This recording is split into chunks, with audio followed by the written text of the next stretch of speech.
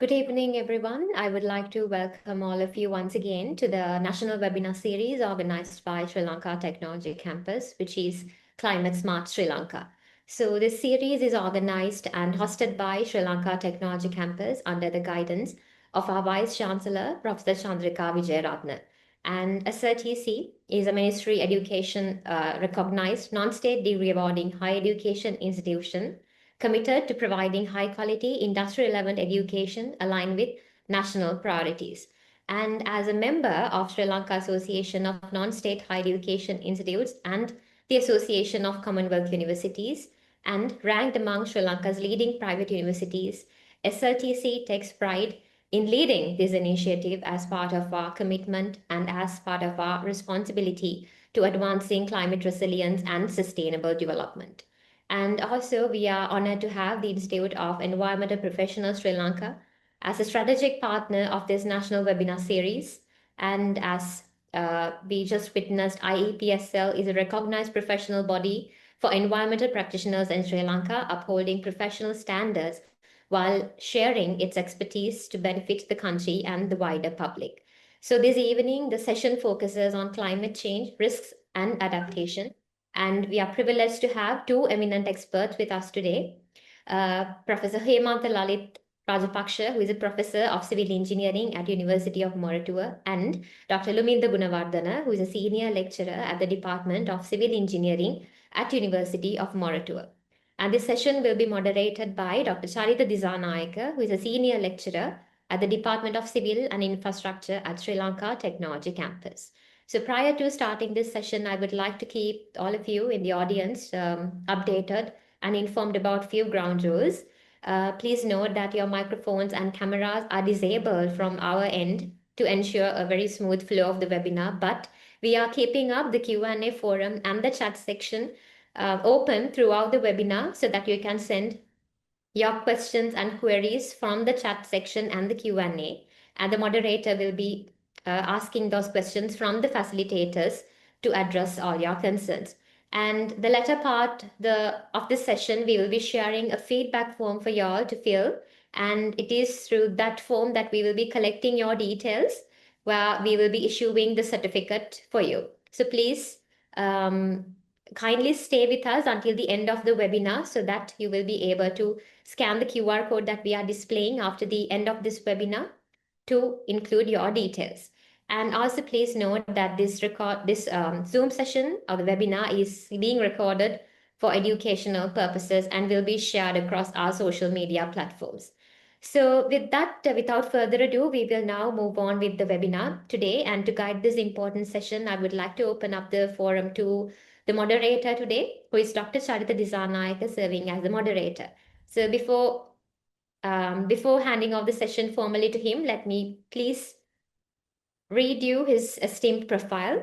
Dr. Charitha Dissanayaka is a senior lecturer and the head of the Department of Civil and Infrastructure at Sri Lanka Technology Campus. He is also a coastal, civil and environmental engineering professional with over 10 years of experience in hydrodynamic and tsunami modeling, flood risk assessment and climate resilience planning.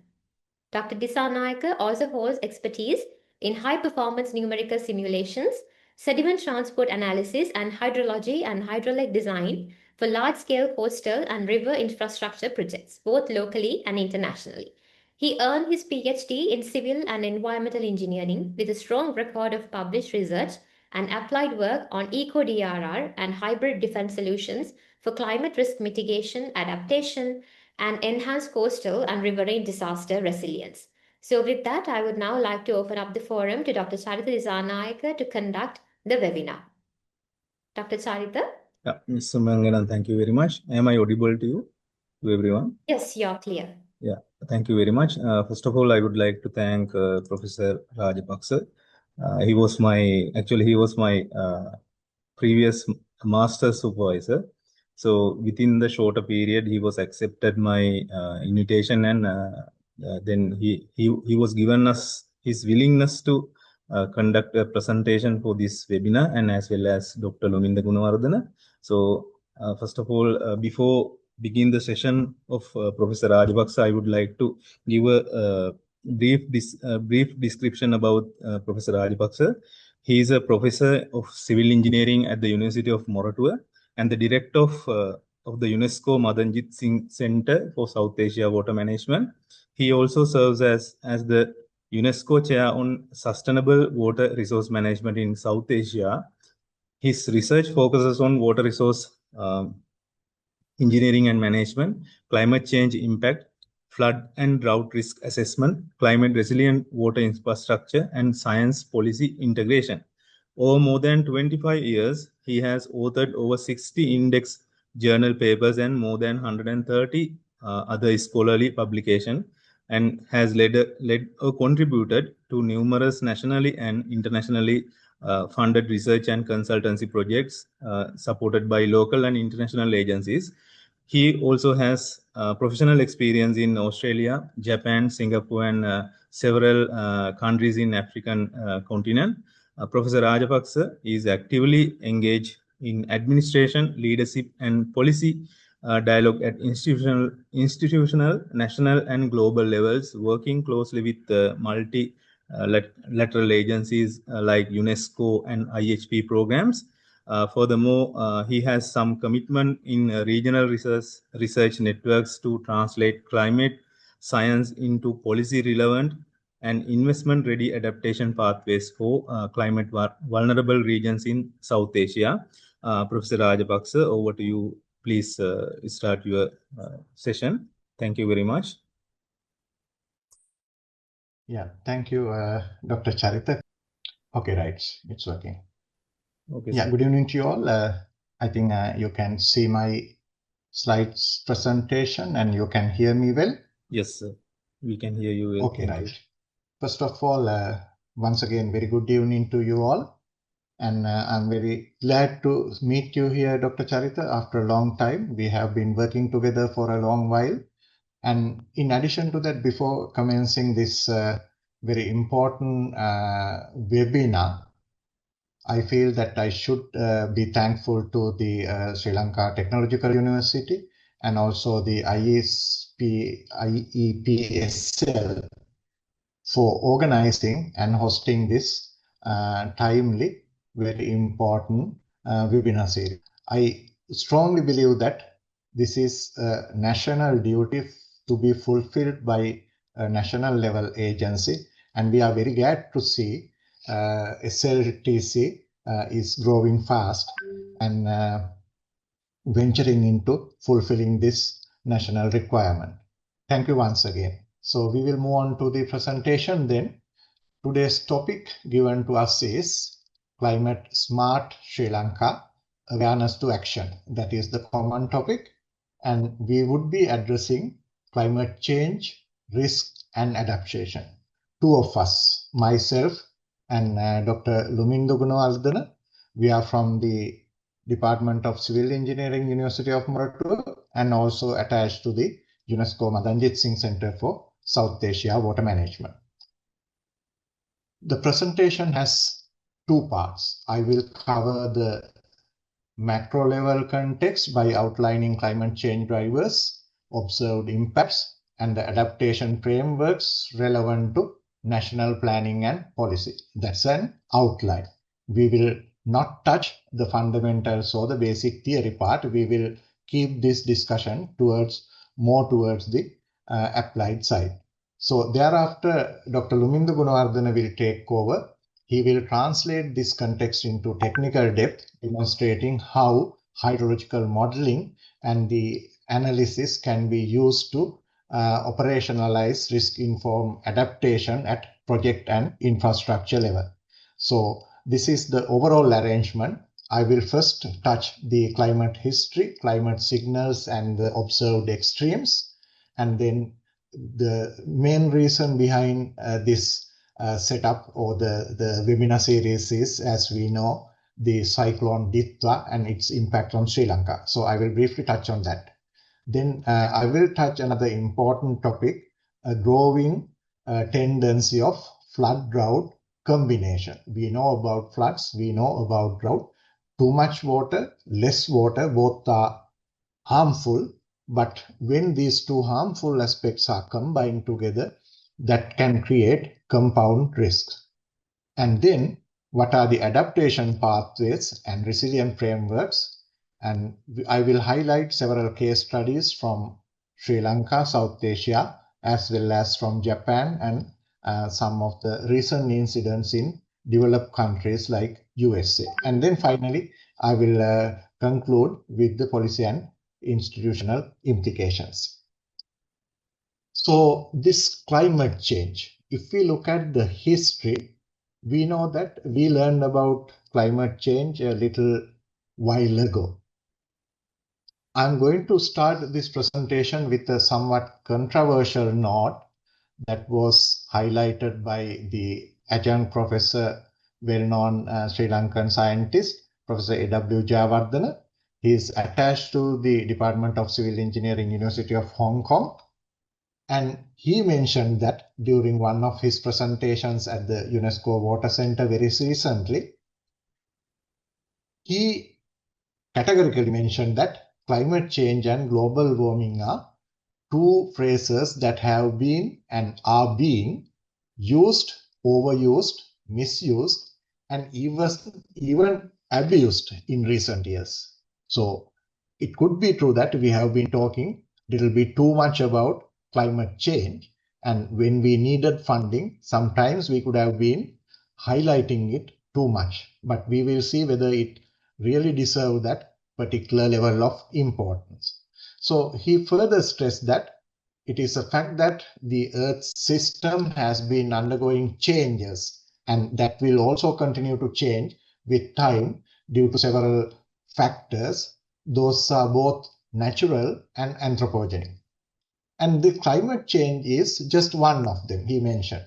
And there are discernible changes in some parts of the Earth system, as evidenced by melting glaciers and ice caps, sea level rise, abnormal weather, temperature extremes, and so on, right? So it is a part of an ongoing process. So what is the today's context of climate change? Many climate scientists and politicians claim that the scientific part of the climate change is well settled. It has already been addressed to a certain level.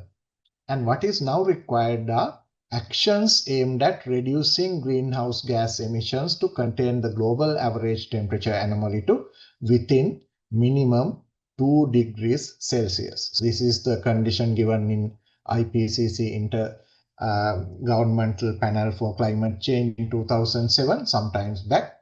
And now with the more recent updates, the AR5 and AR6, and also the recently issued climate synthesis report, further conclude with firm information that scientific evidence, human influence is the dominant cause of observed climate warming, that climate impacts are already widespread and intensifying, and we need immediate, deep, and sustained mitigation, a committed contribution, and then that will curtail the climate impacts to a certain level. But now we may be already late, so it is also important to focus on adaptation adaptation actions, because they are essential to limit warming of this global warming within this 1.5 to 2 degrees Celsius limit.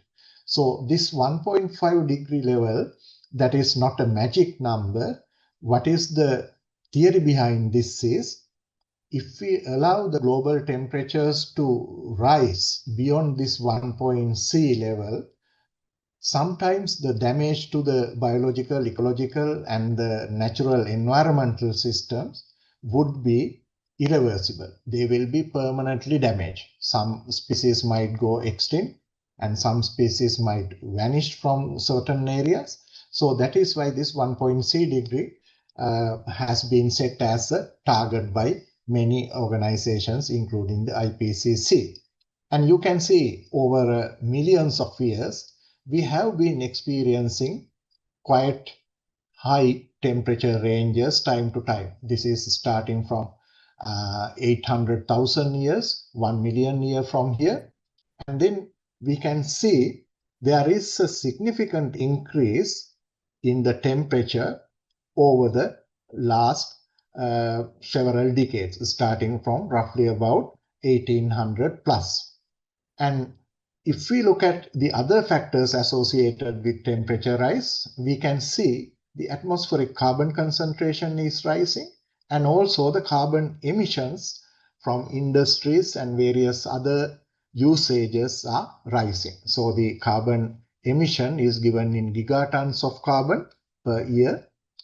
And if we have a closer look at this past 500 million years of climate change, we can see very high temperature ranges in the proximity of 6 to 8 degrees Celsius. And then there was a glacial period, polar ocean part, and then quite a high variation. And now we are here. So this is, let's say, 2000 or 2015, right? So after some variations, high and low values, now we have reached this particular point. So if we compare this with the global history, so this 400 million years ago, that means before the human evolution had also started. So when the life on Earth is just starting, so we had very high temperature ranges. That could be the reason for very limited number of species during that time. And the evolution of the life occurred. And when it came to the ancient age of humankind, and also the period of mammoths and the period of usage of tools, settlements, and the industrial revolution, that could be the culprit according to this graph. So we can see when the human settlements are developing, there started again a rapid change in the climate conditions. So this is the temperature above 0 degrees. So we can see the rising trend starting from 1950s or 1970s. So that is a quite visible path. So if we consider that we are here at 2000, then over the years, there had been another very interesting observation. So whenever we had this temperature variations, it is given in blue line. And if we try to correlate it with the atmospheric carbon dioxide, the carbon content in parts per million, there was a very high correlation. So over the millions of years, when the carbon concentration was high in the atmosphere, the temperature had risen beyond acceptable levels. So now we have reached a status here. Let's say this is 2000. So we are now close to 0 because this is the current temperature level, right? So then if we consider the carbon percentage or the temperature, what could happen beyond here? That is going to be our future. So if we look at here, we can see after all these variation, now we have come to the present level. So what would be the temperature after another 25 years, after another 75 years, so in 2050 or 2100? It is very difficult to exactly tell about that. So before addressing this point, let's see what we have learned so far. So if we look at back again, what is climate change? It is a long-term change in temperature and precipitation regimes. These are only two parameters. There are many other associated parameters varying in correlation with this. But we consider temperature and precipitation as the most prioritized parameters because they have a very significant impact on all other parameters as well. So this change is driven by greenhouse gases. So we call it greenhouse gas driven warming, and it increases atmospheric moisture holding capacity because with the increase in temperature, the clouds, the atmosphere can hold more water. So that leads to an amplified hydrological cycle. So if the atmosphere can hold more water, if the clouds can contain more water, that could later be converted into rainfall. So higher rainfall extremes. And when we have higher rainfall streams, if we consider the water balance to a certain extent, then there can be longer dry spells. So when it rains very heavy, and thereafter, followed by that, there will be a longer dry period until the next heavy rain spell. So these conditions affects many other parameters. So they modify the soil moisture dynamics, infiltration, the groundwater or the base flow contribution, because these are a combined set of phenomena. So when one of the components or the compartments of the hydrologic cycle is affected, that impact or the influence is passed to the other associated compartments as well. So the outcome is, it is not a positive outcome, that increases flood peaks, flash flood potential, and the landslide susceptibility. We will talk about this later. So we are in the South Asian region, and we are governed by a monsoon climate. We know about the southwest monsoon, northeast monsoon bringing heavy rains, and the South Asian basins are strongly controlled by monsoon rainfall. So the climate change disrupts monsoon onset, concentration, and the persistence. That is the starting, the intensity, and also the longevity. So that causes shift from prolonged rainfall to short duration, high intensity storms. Sometimes back we had a condition, rainfall when starts early in the morning, it could continue until late evening. Now that type of rain incidents are very rare. When it rains very heavy, but for a shorter duration. So that could be considered as a climate impact. So that results in non-linear runoff response and also amplified peak discharge. So the rising mean temperatures increase atmospheric moisture demand, and this leads to a vicious cycle. So when one component of the hydrologic cycle is affected, that will trigger uncontrollable changes in all other hydrological aspects as well. The floods, droughts, and typhoons, cyclones, right? And if we consider this future, so I told you that we have reached the 2020, starting from 1750, we have a significant rise in the global temperatures. So from here onwards, what would it be if we consider our future? So according to the IPCC, we have a choice. We can adhere to a sustainable lifestyle, green. Then we can have certain conditions. If we do not follow it, if we spend little too much and start burning fuel, not very caring about the environment, so we will reach the middle path. And the next one, even more serious, and it is called the regional rivalry. We will be competing with our regional countries and other parties.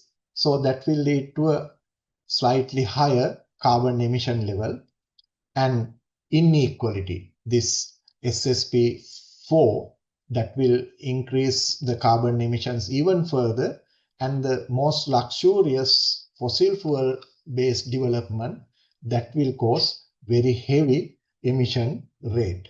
So I think you have some idea about this shifting from RCPs, the representative concentration pathways used in Climate Assessment Report 5 by IPCC. Now they have shifted to shared socioeconomic pathways. Why? What was the reason? Because these RCPs those gave a very good modeling background, modeling baseline, but they only modeled radiative forcing or the emissions. The SSPs offer detailed connection to how population, policy, and technology influence emission trajectories. So we have a choice now. The communities, countries, country leaders can contribute to reducing emission under this SSP. So we assume that it is more suitable for discussing about our future. So what is it like? So if we follow this green path, the sustainable path with very low emissions, this 1.9, it is a relative indication of the level of radiative forcing or the carbon emission, right? And we can end up with 1.5 degree target at the end of, let's say, 2050, right? Or 2100, right? But if we follow a somewhat luxurious lifestyle, little bit more spending, little bit more carbon emission, then we will reach about 2 degrees increase in the global temperatures by 2100. So even more luxurious, the middle of the road, the intermediate emission level, it will lead to a 4.5 W per meter square emission ratio of the radiative forcing, and we will end up with even higher range of temperature. So similarly, if we totally forget about the sustainable aspects, totally forget about the green aspects, and spend too much burning fuel for a luxurious lifestyle, we will create very high emissions, and the temperature range could go up to about 3.5 or 4 degrees above Celsius existing level. That is going to be not a very sustainable approach. So if you look at the temperature variation over the last several decades, so global mean sea temperature, so this is the time period we are associated with. Let's say we are born in 1960s, 1970s. If we are lucky enough, we will survive until 2050, 2060. During our lifetime, we may observe 1.5 to 2 degrees Celsius global temperature rise, depending on which path you would follow. And similarly, this is about the associated sea level rise, right? So when the global temperatures rise, it leads to the melting of huge masses of glaciers deposited in the polar regions. That will add more seawater, rising the sea level, and during our lifespan, we may see up to 0.5 meter sea level rise if we follow the sustainable path. If we follow the unsustainable fossil fuel based path, during our lifetime, we may experience up to close to 1 meter sea level rise. How serious it is, because even in Sri Lanka, sometimes this flat coastal zone extends up to about several kilometers inland. If you consider Maldives, the maximum elevation level for most of the islands is 1 meter. So if this type of 0.5 meter or 1 meter sea level rise occurs, up to about 20 to 30 or 50% of the Maldives islands will undergo seawater. And here also, if we allow these global temperature levels to rise beyond 1.5 degree, that will cause some of the species to go into extinction, and some of the damages to the biological systems, ecological systems, environment would be irrevocable. And that is not the end. So this type of a situation could cause a very destructive impact called the triple planetary crisis. What do you mean by the triple planetary crisis? It is not only the climate change, there are other factors going alongside with this climate change. Climate change, biodiversity loss, and pollution. How these are connected? So that depends on how we are going to define our future. So these escalating climate impacts, droughts, typhoons, bushfire, floods, right? They can intensify floods, heat waves, droughts, and sea level rise, affecting millions annually. And they are interlinked with fossil fuel and pollution. So the fossil fuel burn and fuel-based plastic contribute to greenhouse gas emissions throughout their life cycle, not only when we use them, even when we put them in the garbage lot, they contribute to the increase in greenhouse gases. So the next impact is these greenhouse gases and the temperature rise will adversely impact the biodiversity or have an impact on the climate nexus. So climate change amplifies biodiversity loss, weakening ecosystem resilience against further climate stress, because the environment itself has a certain recovery capacity.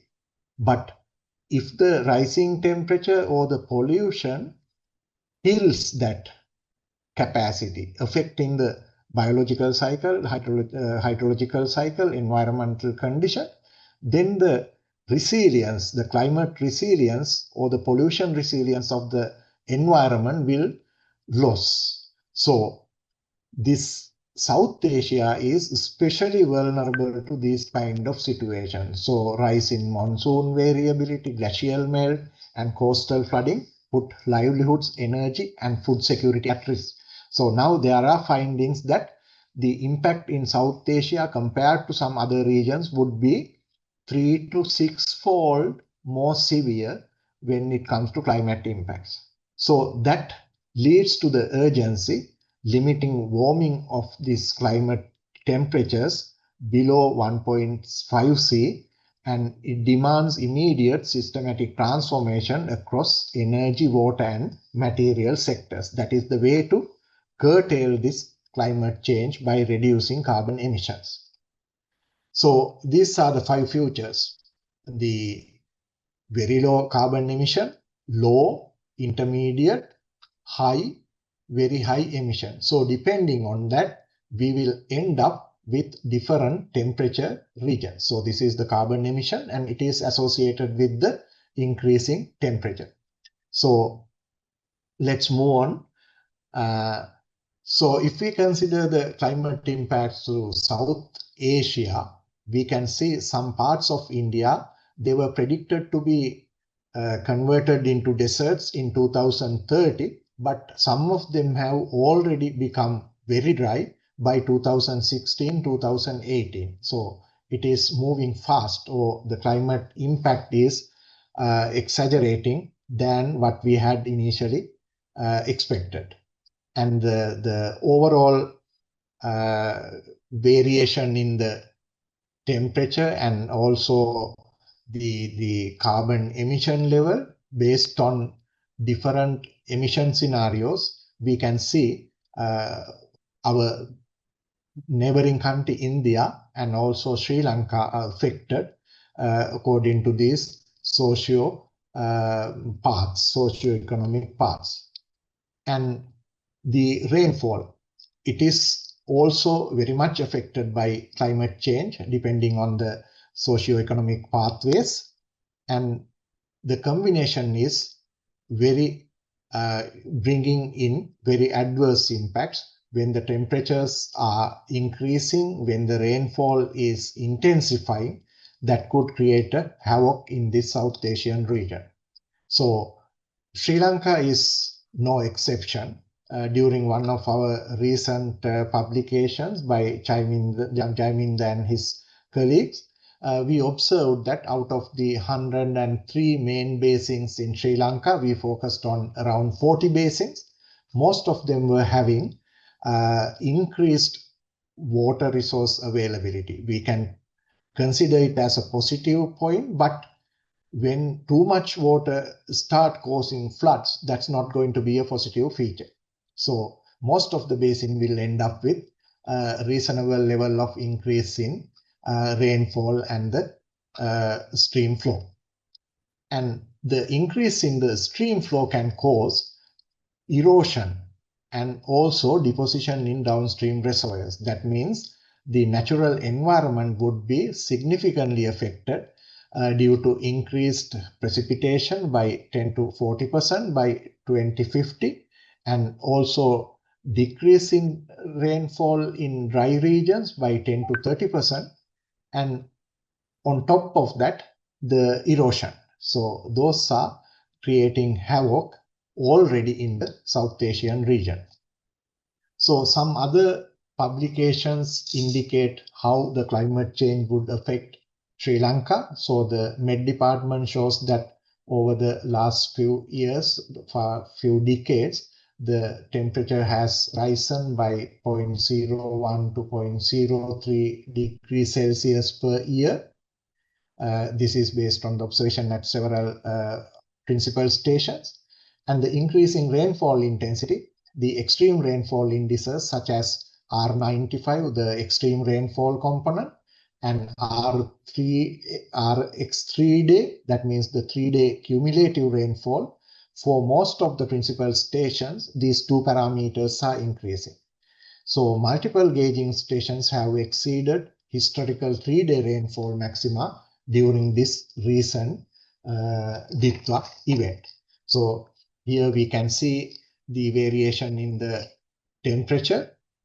Even though the variation may not be very significant, we can clearly see a slight increasing trend in the temperature starting from 1980 to 2015. And when we consider the 5-day maximum rainfall, this is based on the publication by Sanjeevani and Manawadu in 2017, we can see a significant increase in the range of 350 to 520 millimeter per 5-day in some regions, especially in the wet zone areas, and during the northeast monsoon, even the dry zone areas would get affected. So the variation over the years, and we are becoming wetter when we consider the 5-day precipitation accumulation. So this is a paper published by our Moderator, the paper published during his master's studies, long-term precipitation trends in climate extremes in the Kalini River Basin and their impact on stream flow variability. So he used the Canadian GCM and downscaled the climate data and used the Hydrologic Engineering Center's HMS model to convert rainfall into stream flow. He found there could be up to 1 degree Celsius increase in mean temperature over the past years, and the future projection 2.05 to 3.45 rise by 2080. And when it comes to the hydrological impact, significant in stream flow reduction, but this is the annual flow, but he observed increased climate variability or increased stream flow peaks over the forthcoming years. So the conclusion, the stronger and more frequent extreme rainfall, temperature rise and rainfall decline in some parts, and significant stream flow reduction and flooding risk. So this significant stream flow reduction is happening mainly due to the reduction in the dry flow. During the wet flow, actually the rivers will have more water due to the climate extremes. So that is another unfavorable condition. So the summary is the growing drought and flood variability. The flood conditions are increasing.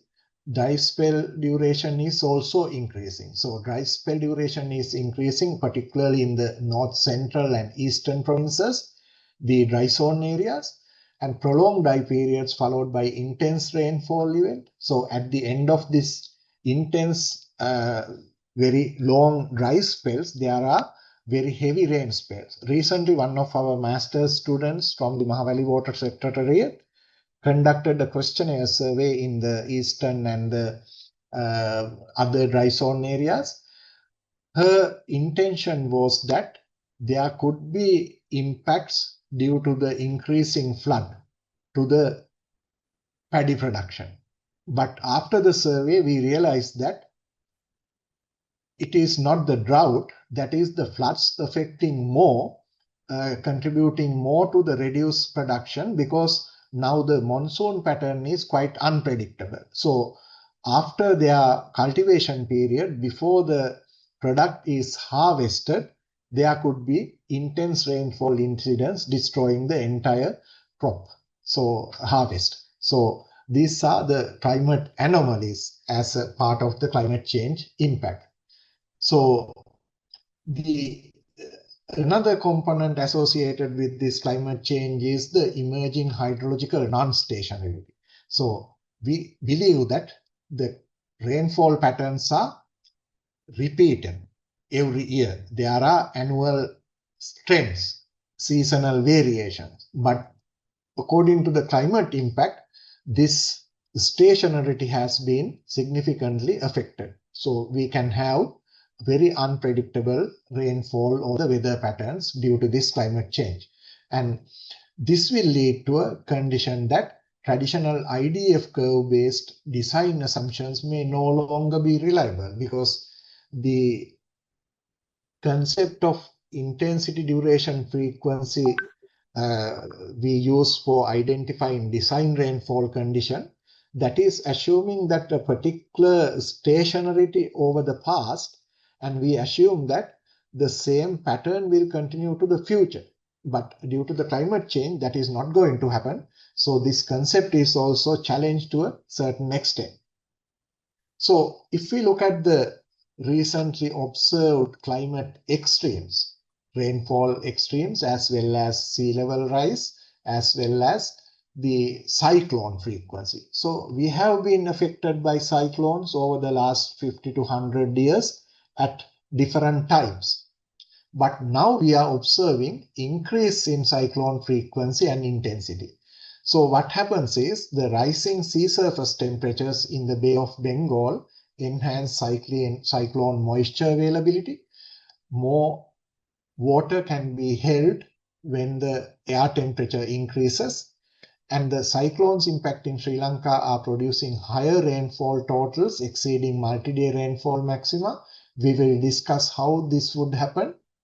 And the result is immediate extreme inland rainfall and riverine flooding, as what we observed during the recent Ditwa event. So Dr. Chamal Pereira with his team has conducted a forensic analysis of the Ditwa rainfall incident. So he has observed that for most of the principal stations, there had been a significant variation in the 1 day, 2 day, and 3 day cumulative rainfall, or the maximum rainfall. So we can see this red circle indicates the Ditwa associated rainfall values, and the blue circles indicate the past or the historical maximum. So we can see for most of the stations, the red circle is prevalent. That means the rainfall values have exceeded the historical values in many principal stations, especially when it comes to the wet zone and some areas in the dry zone. So I don't want to go through this detailed table, but if we look at the summary, climate impact projections for Sri Lanka based on various modeling and simulation exercises for 2030, 2050, and 2100, right? So we have considered the SSP1 2.6, the low emission, SSP2 4.5 medium emission, and SSP5 8.5 high emission. So what is important is for majority of the scenarios, the 4.5 and 8.5, the temperature prediction is above 1.5, our initial target. So here and here. So now we assume that it is not practical to discuss further about this low emission because we have failed, because UN announced last year we have not managed to contain or the curtail climate change or the temperature rise below this 1.c level. Our target was to reduce it or keep it at 1.5 level by 2030. But by 2025, the global temperature mean exceeded 1.5 limit. So that shows how pathetically we have failed as the global population. So that is our own future. So what is our commitment? We have promised so many times, so many things.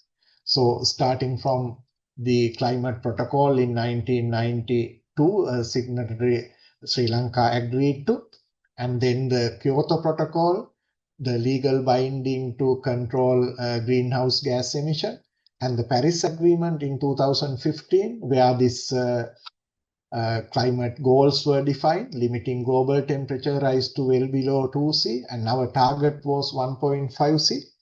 And the Sendai framework for strengthen disaster preparedness, sustainable development goals to meet all these 17 goals by 2030, and global biodiversity framework, protect 30% of global land and ecosystems by 2030, and the IHP is defining various other options, especially they are targeting groundwater as a main resource during this decade. So despite all these promises and their relevance to Sri Lanka, I am not going to go through all this, but I will share this presentation later on. Right? So the continued commitment, recently we have pledged to reduce these greenhouse gases by 14.5 unconditional and up to 10.5 further based on additional cuts by 2030. And when it comes to the energy production, 70% electricity from renewable. So the thermal fuel and coal only will contribute to 30%. That's a huge target. And these are called nationally determined contributions. We have pledged these to the global population, and the forest cover to enhance forest cover from 29 to 32 by 2030, and various other promises. So how successful we are in achieving them, that is something we need to discuss and carefully think about. And if we look at the risk associated with this, so climate change and water and environmental challenges under climate stresses, they lead to the risk factors. So the hydrological variability, intensified rainfall extremes, the maximum rainfall, peak rainfall, and the cumulative rainfall, 1 day, 3 day, and 5 day, 7 day, as the parameters are defined, and the prolonged dry spells and shifting monsoons, and the altered seasonality of runoff that affects agriculture, power generation, and various other aspects. Sri Lanka, as an agriculture-based country, we allocate 80 to 85% of annual water resources to agriculture. That is a huge expenditure. So even a minor change in the hydrological pattern would impact those ratios. And the flood and drought risk, increased frequency of flash floods and riverine floods, and the expanding spatial extent of drought-prone regions. We have experienced shifting in climatological zones, right? And that also leads to reservoir management challenges. That is another story, because recently we have been discussing whether we could have avoided some flood impacts by managing our reservoirs properly. But the Ditwa is too complicated, too strong even to manage by reservoir operation alone. So catchment sensitivity. There is a parameter called catchment sensitivity. If a 1 degree of temperature or 1% variation in the rainfall occurs, what would be the response in the catchment? If it is 1, there is a linear relationship. But if it is greater than 1, when the temperature rises by 1 degree, there can be a catchment response by multiple degrees. So it also affects the downstream and upstream of the catchment. And the groundwater and soil moisture dynamics reduce recharge. The flash flood means there is no time left for infiltration. So all the water is drained to the sea. That reduces the groundwater availability. And during the dry period, over-extraction causes further stress on groundwater, and the seasonal moisture deficit exacerbating crop failures, because agriculture water supply is decided based on the available soil moisture content. If the groundwater level depletes, if the soil moisture level depletes, we need to supply more irrigation water. That is also another challenge experienced due to this climate change impact. So water quality and pollution stress, as we discussed, it is linked. The increasing temperature and the pollution reduces the climate resilience of the biological ecological system. That triggers a vicious cycle. The climate change will trigger a deteriorating environmental condition. They are interconnected. So there are other limitations. So we consider that we can model our future, but the weather patterns, the climate patterns are not stationary. So there are uncertainties. And we don't have proper digital elevation models to convert rainfall into runoff and flooding. And limited applicability of global climate models to our local basins, which are very small. And the eco-hydrology and land use conflicts. There is a growing conflict for urbanization, and we pay less attention to restoration, conservation, right? And that leads to erosion, sedimentation, landslides, and various other negative aspects. And the climate modeling and prediction can be used positively, but at the moment, the data issues and downscaling problems, those lead to uncertainty that is too much for small basins like those in Sri Lanka. And the data and monitoring gaps. For proper climate modeling, we need very good data sets, long-term data sets. But in Sri Lanka, only a handful number of principal stations are having very good long-term data sets. So data scarcity, and even the organizations having data, they are very reluctant to share their data. Even for research purposes, we have to pay huge amounts. For Sri Lankan universities, I don't think that it is a feasible option, right? And then we don't have soil moisture sensors, automated rain gauges in some basins, stream flow sensors. Now the automated gauging stream sets are growing, but still it is not adequate or properly positioned. So another aspect that is lacking is the adaptive water governance. We still base water management on rules and regulations set 50 years ago. So luckily a new water policy is in the processing. Hope there will be more policy level implications, involvements in the near future. So let's move forward. So if we look at these growing impacts of the climate change. So in 2023, UN announced that 10 megacities all around the globe were flooded in the third week of September. That is a very rare occasion, because we know that different parts of the globe are having different weather stages. Some parts may be undergoing winter, very dry. Some parts may be undergoing monsoonal season. So still, all around the globe, within 1 week, 10 major cities underwent severe flooding. They say that is for the first time in the history, but it could happen again in the near future, according to the varying climate patterns. So another important thing here is, when 200 millimeter rainfall occurred countries like US, Canada, they had only 1 or 2 deaths, fatalities. But when the same 200 millimeter rainfall occurred in developing nations, in South America, Africa, or in the South Asian region, the number of deaths could be in the range of 100 to 200. So that is the difference. That is something we should target for, right? So even in Japan, 360 millimeter in 24 hours, only 3 people were killed. So when we look at this Ditwa impact, why it was special?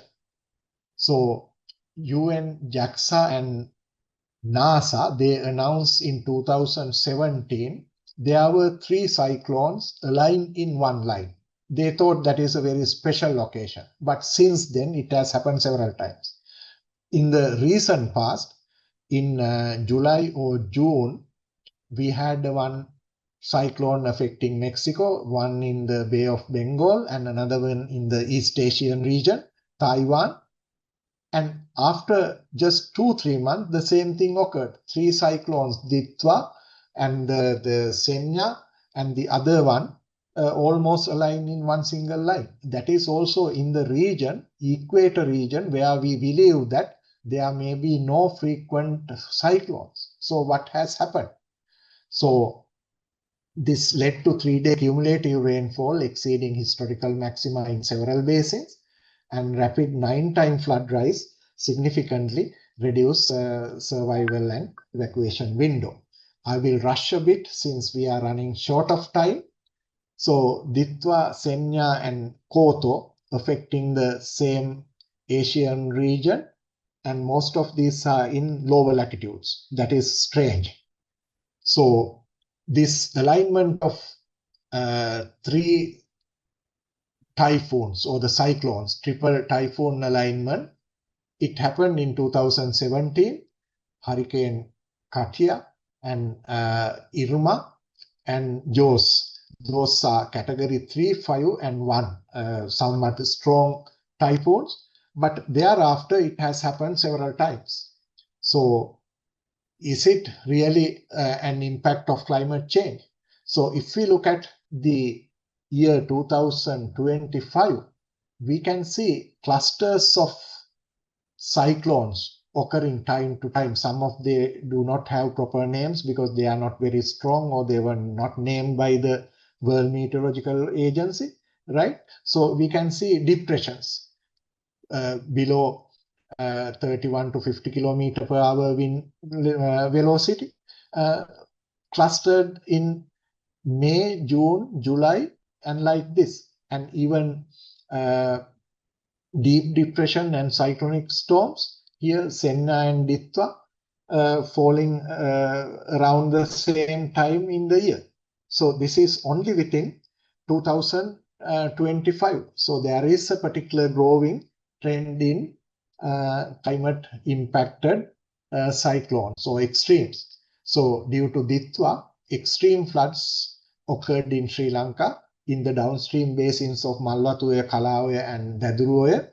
The people there say flooding is not a strange phenomenon to them. Every year they are subject to flooding, but only up to knee level, 1 to 2 feet.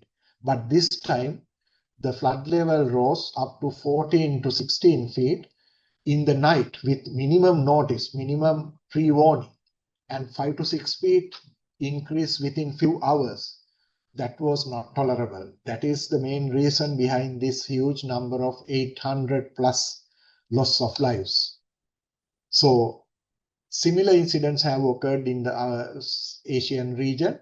Thailand recorded 700 millimeter per day rainfall. Next week, Vietnam experienced 1,530 within 24 hours.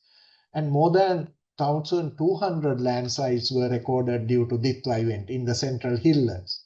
And in Thailand, floodwaters affected 10 provinces, resulting in 8 fatalities, and 700,000 houses were impacted. In Malaysia, 19,000 people were evacuated. So we can see multiple impacts of growing extremes. And if we look at the more systematic analysis, Dr. Chamal Pereira says, based on the IDF curves of 14 stations, all have exceeded the previously observed rainfall intensities for the IDF curves. And if we look at the principal stations, many stations have higher rainfall during this Ditwa event compared to the historical records.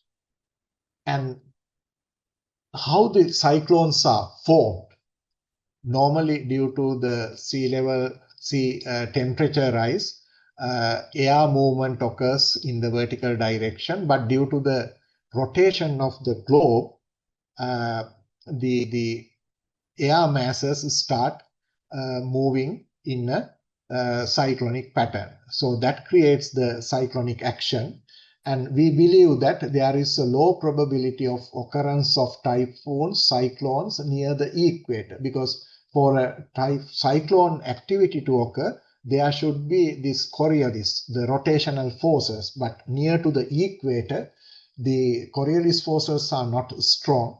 But in compensation of that, the growing temperatures can cause more cyclonic action in the equator region in the future. So if we look at these past records of cyclone movement, we can see close to the equator, there are no cyclonic action.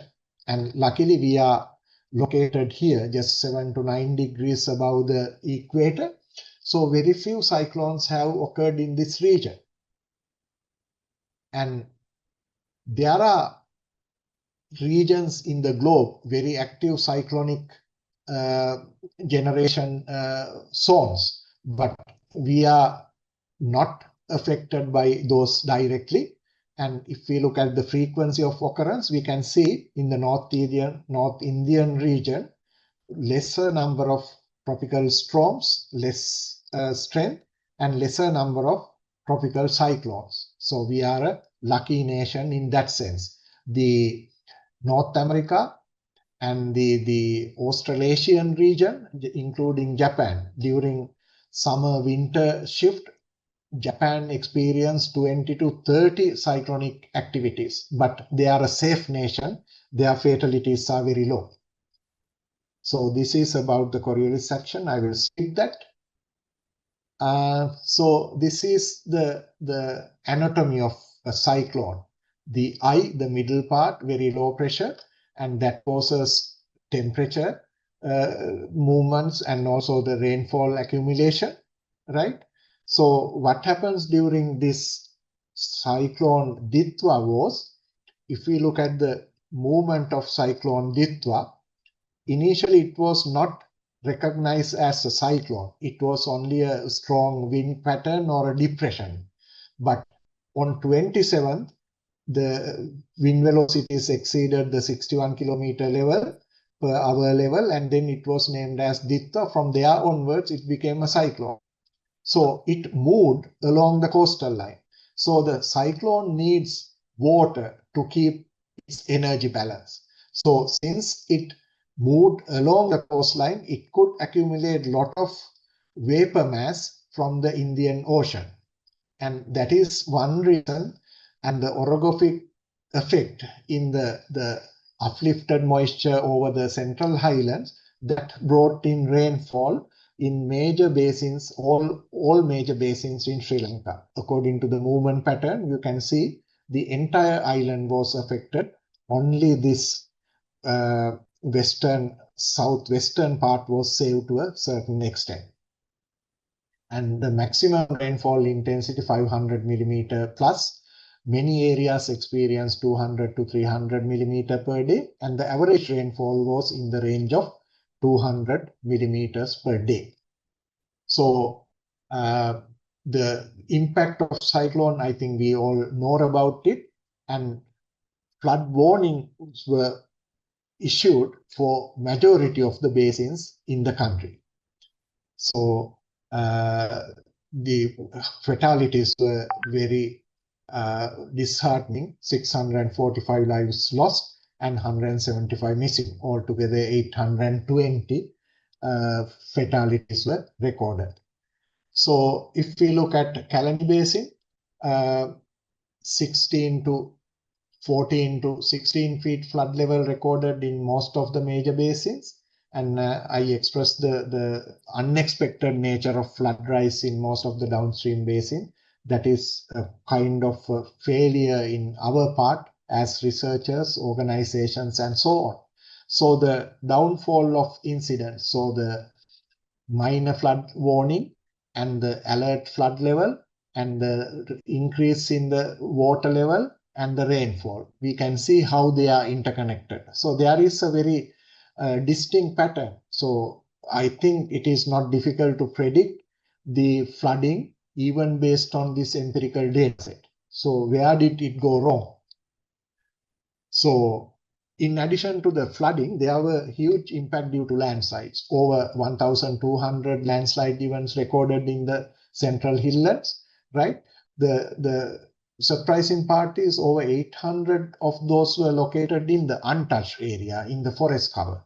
So we can assume that the rainfall intensities exceeded the natural bearing capacity. And in addition to that, the terrace tea estates and well-managed forecast reduced failures and slope disturbance. We have 45 to 60 deep steep slopes in the central highlands with the minimum soil cover, no root support. So they were really affected due to this extreme. And on top of that, this flood drought combination. So we call it dry wet shift. So the prolonged drought causes hardening of the soil and it allows less infiltration, and during the flood season, during the wet season, less infiltration, more runoff. So the confound risk escalation is another complexity observed due to this climate change. So this is something I saw today in the morning, published by UNDRR, the confound risk, heat wave and followed by flood. So the impact is very severe because this purged land has very low permeability. Most of the water will flow overland, causing huge floods. Those are the climate change associated challenges. So what are the adaptation pathways? Give me another 5 minutes. So the limited funds, but one of the global agencies claimed that the funding agencies have spent over 190,000 to 300,000 million Sri Lankan rupees for disaster risk reduction during the last 25 years. I could not believe that figure. And the government investment exceeding 500,000 million rupees. But a simple Google search will support you. These figures are not totally incorrect. Anyway, these are unverified values. We need to look into that. This is a huge investment, but still the outcome was not acceptable. So similar condition in Japan, Typhoon Vera, very severe storm condition, caused 5,000 fatalities in 1959. But in recent years, in 2007, when a similar comparable typhoon event occurred in same region, they targeted 0 death. And they were successful. Only 2 fatalities due to unforeseen reasons, but compared to 5,000 deaths in 1959 and only 2 fatalities when the population has grown by more than 5-fold, that is a huge achievement. So that is what we should target, learning from the past lessons and targeting for improvement in management. So we have real-time inundation modeling that can generate flood levels within less than 30 minutes once the rainfall is known. And GPS-enabled individual warnings can be issued to the smartphones depending on their location, up to which level the particular location would be flooded. And we have various other dissemination methods. That is, the technology is there. The platform is there, but we were unable to implement it. The coordination part was lacking perhaps. And This is another example how the integrated atmospheric hydrologic modeling helps early warning, because if we can predict the rainfall in advance, we have a higher lead time for evacuation, because measuring the real-time rainfall and issuing warning, that will give only few hours of lead time in small basins. But Japan and various other countries, they rely on atmospheric models to predict rainfall, so they can have a few days of lead time. So depending on that, they can issue different levels of warning. Alert level, get ready, now you will have to leave soon, and elderly people will receive higher attention. And final warning, now evacuate. That is not a regional warning, only for specific part of the community. Otherwise, they will not respond. So let's move forward. Where did it go wrong with Ditwa? Despite early warning activation, substantial human and economic disruption. Why? Because inconsistent warning narratives due to parallel updates from multiple authorities that created confusion, and the language accessibility, and no authority interested in converting rainfall into runoff and flooding. We have trained staff, we have tested rainfall runoff inundation models, but somehow it didn't happen. It has not happened even up to now. Several of our teams are working from the UNESCO Water Center. 7 publications are targeted. It is a forensic analysis, not a fault-finding mission, but in an effort to avoid this kind of disaster happening again. So we need a way forward. So risk-informed adaptation, I think Dr. Luminda will discuss more about this, so I will skip this part. We need nature-based watershed restoration, community-centered preparedness, integrated planning and monitoring and learning. And it is an integrated effort, not structural, not purely non-structural. It should be a combination. And the case studies from Sri Lanka, Ditwa is a very good case study. We know the damages, right? And the case study of Vera from Japan. And I have explained this before, different levels of warning messages, and they are very much alerted and very much informed, so they can make the critical decision to evacuate at the correct time. And I have taken these slides from one of my previous presentations. So the structural measures in Japan, flood tunnels, flood storage, even the playgrounds are converted into flood storage during the wet season. And they target zero victim goal during extreme events. Even though 5,000 deaths have occurred 4 decades back, now with grown population, they target zero death. That is a very optimistic target. So they have these structural measures and also non-structural measures. The success story is the proper monitoring, implementation, and the required alert level from all parties associated, and the community response. So is it a problem only with the developing nations? No, the recent campsite flood tragedy in USA, which killed more than 120 people, including 20 plus innocent kids. Issues were there. Flood warnings were released, but somehow during the midnight, flood levels rose by more than 20 feet within a 2-hour interval. That was a huge torrential impact, and no evacuation was possible under those critical conditions. So this could happen even in the developed nations, right? But they will take all the measures to avoid that happening again. That is what we should learn. And the adaptation, we have Sendai framework, national policy adherence, SDGs, and extreme hydrology is now becoming an emerging baseline, not an outlier. So we have to get ready for that. And the preparedness must exceed historical threshold. Because of this non-stationary, we should, based on the extreme events, and plan for extremes in future, because that can happen once again anytime. Those concept of 100-year return period 50-year return period, they are no longer valid with this growing level of extremes. So we have budget restrictions, we have all design threshold, so we have to address this, and we need cross-agency data sharing, basin scale coordination, and localized warning dissemination, incorporating communities. Those are the policy and institutional level implications needed.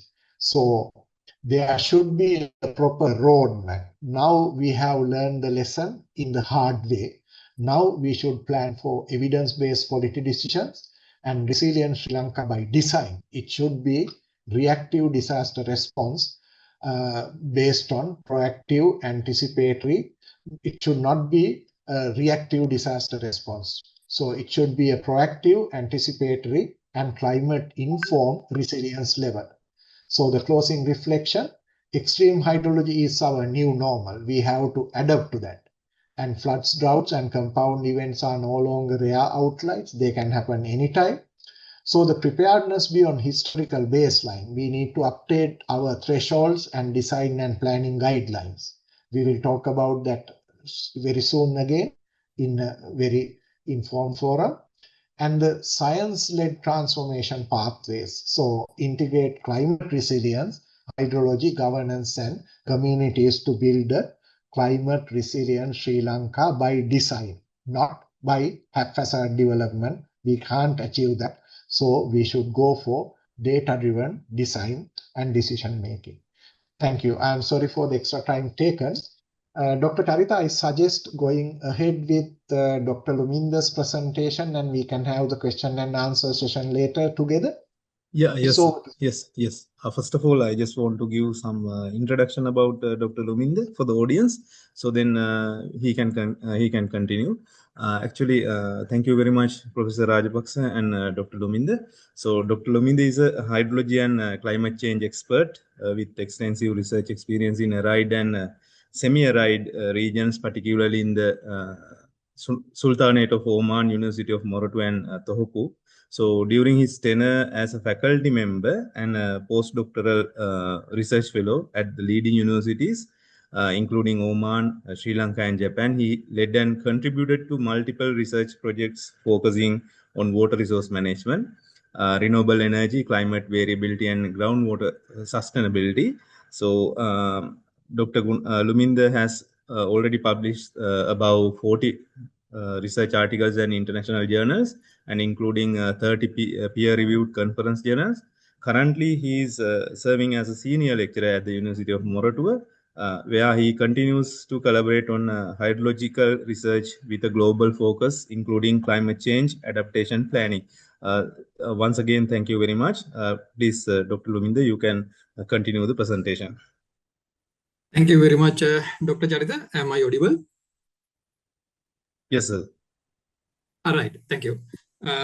Yeah, so we all know that the extreme events can be very catastrophic. So we had the experience of the event in last November. And what is important is not try to attribute it to the climate change, but try to understand the adaptation measures that we can apply to reduce the impact. Some may argue that it is because of the anthropogenic climate change. Some may argue that it is part of the natural cycle. But what is important is that we understand the severity of these climate events, and we understand how the frequency can be increased in the future, and we make the proper adaptation measures to reduce the impact of these extreme events.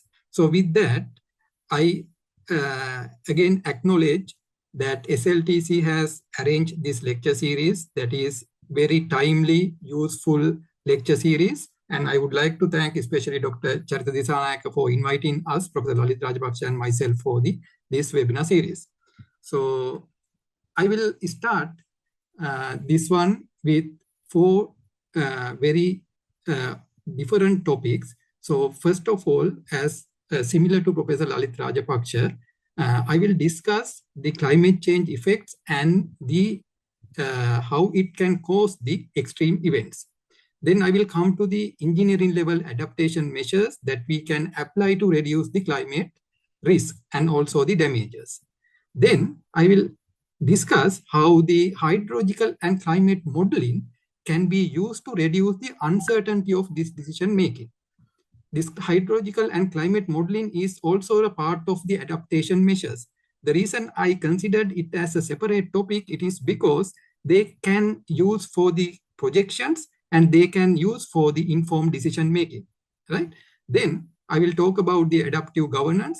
Basically, it is about bridging the science, engineering, and implementation practices. So basically, it will be about the way forward from the DITWA event. Right. Now, most of these climate change studies focus on a single aspect. It can be the change of the average temperature, or it can be the change of the annual total rainfall. But the point is that, as Professor Lalith explained today, the variability also very important. In Sri Lanka, we have 2 major monsoon seasons and also 2 inter-monsoon seasons. There, during the Yala season, for example, we understand that there is lack of water. So increase in the climate variability can affect for the water availability. In some parts, it can cause the flood. In some part, it can cause the drought. So there, I have taken this figure from the IPCC AR6 report. There you can see as the global warming continues in different degrees, the average rainfall amount increase is quite insignificant. For example, in same area, in the future, we may have a similar amount of rainfall.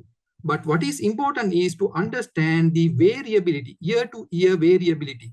So you can see this is in June, July, and August. That is the southwest monsoon season. And this figure is December, January, and February. That is the northeast monsoon season. You can see in both cases, the year-to-year annual variation increases significantly. This is part of the climate change that we need to understand. Then the other point is that it should continue persist for an extended period. Now, this is a very famous figure that it indicates the change of the global average temperature, right? So we often take this 1850 to 1900 period as the baseline period in climate change studies. Why it is? Here you can see there is a fluctuation.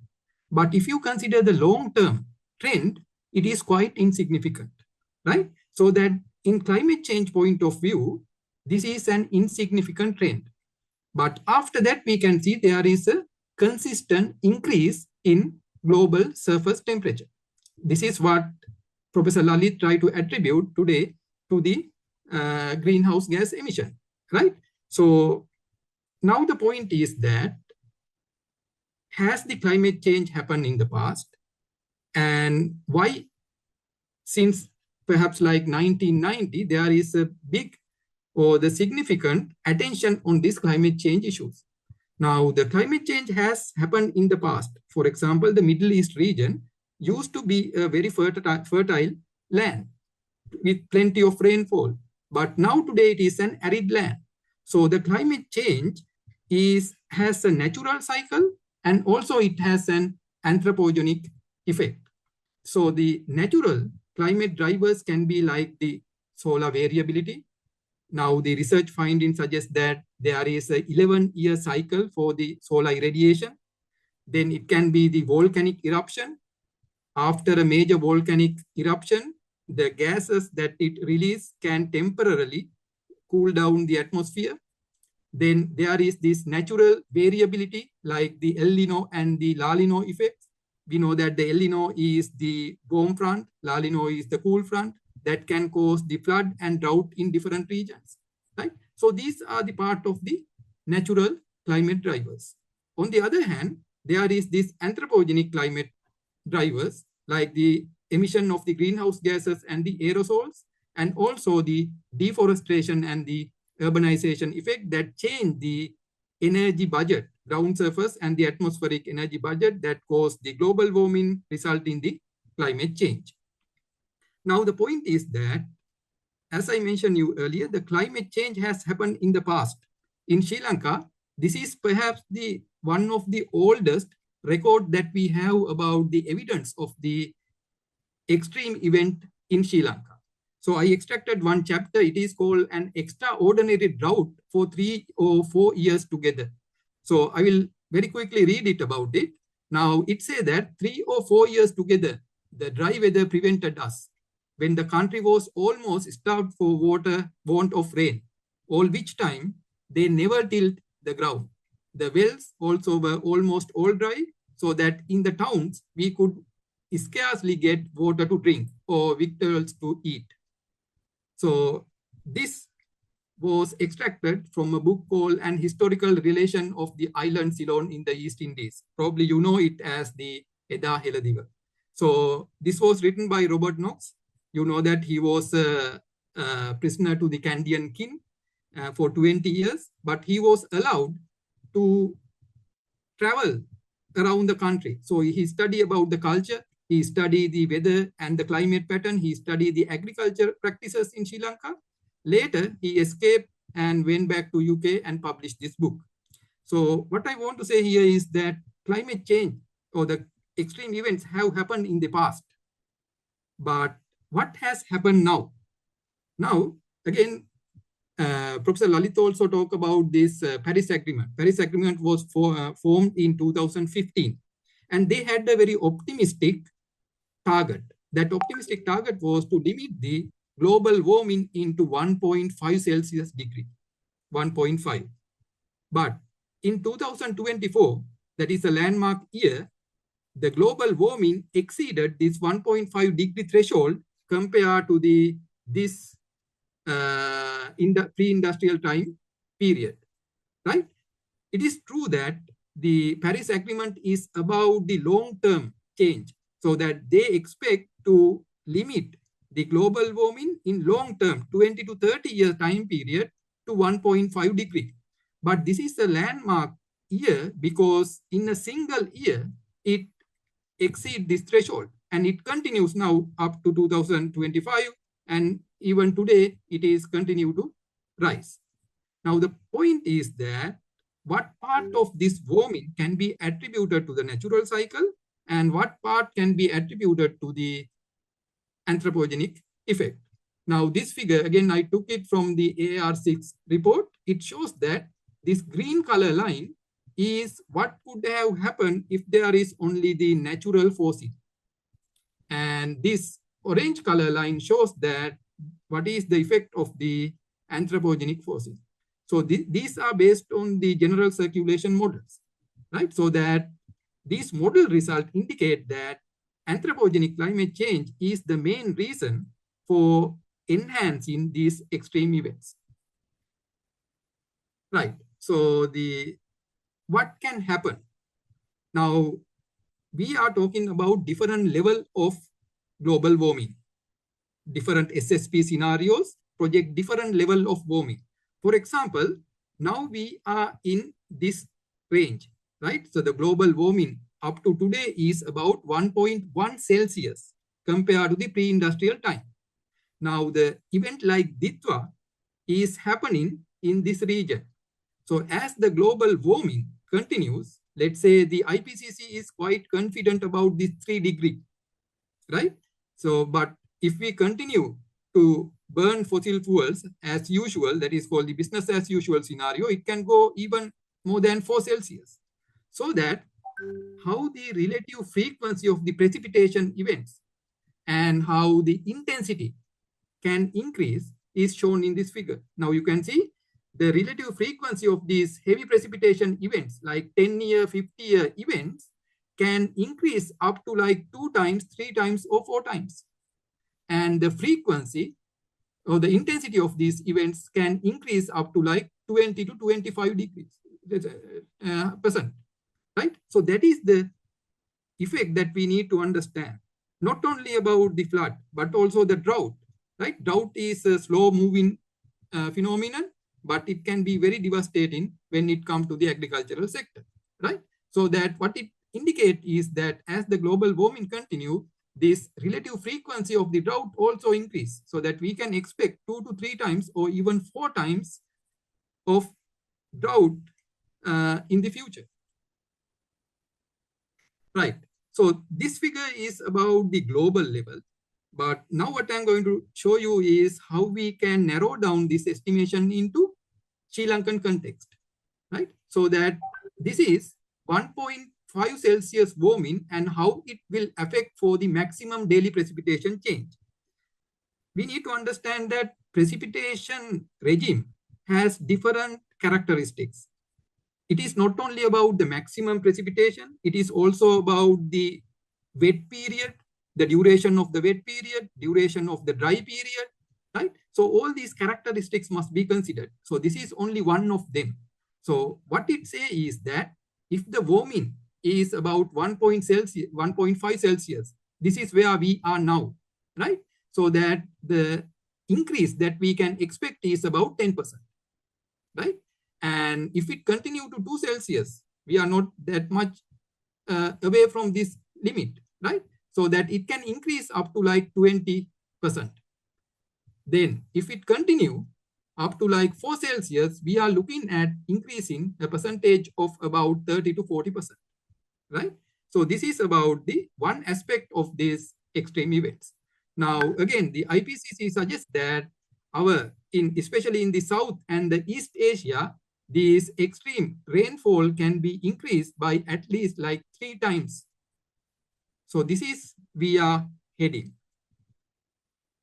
Now, I would like to compare the Ditwa events with several other events happened during the same month, November, or 1 month before in this tropical region, right? So the storms and floods and the landslides happened in Indonesia, Malaysia, Thailand, and also in Vietnam. So I have taken 2 examples here. In Thailand, the accumulated rainfall amount was about 1,000 millimeters. I would like you to compare this one with the Ditwa event that I will show in next slide. So the accumulated rainfall was 1,000 millimeters.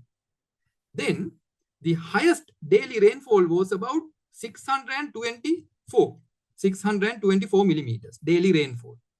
Same time, just 1 month before, that means in October, in Vietnam, that amount was daily maximum rainfall was about 1,739 millimeters. And that was the highest ever recorded in Vietnam, and the second largest daily total rainfall in the world. So if we compare it with the Ditwa event, this study was carried out by Dr. Chamal from the Department of Civil Engineering. Now, according to the available records, during the Ditwa event, our maximum daily rainfall was little bit more than 300 millimeters. I would like to again compare it with what happened in Thailand, 624. In Vietnam, it was 1,739. So we also can compare the 3-day maximum, right? So 3-day total was nearly about 700 millimeters. But in Thailand, it was about 1,000 millimeters. So what we can conclude is that the Ditwa event was not the worst. The worst is about to happen, and it may happen in the future. So what is important us is to understand this magnitude and make the changes, make the preparations to reduce the impact, right? So just to compare, again, this result is from the same study conducted by Dr. Chamal. Now, we compare the total amount of rainfall in all over Sri Lanka, right? So this is from 2010 event, this is from 2016, and this is from 2025. Of course, you can see the magnitude of the rainfall event is higher in Ditwa event. But that is not the only thing. The second important observation from this is that even in the second day, we receive a very large amount of rainfall. And even it continued to the third day. So it is not just about the magnitude of the amount of the rainfall, it is also about the duration.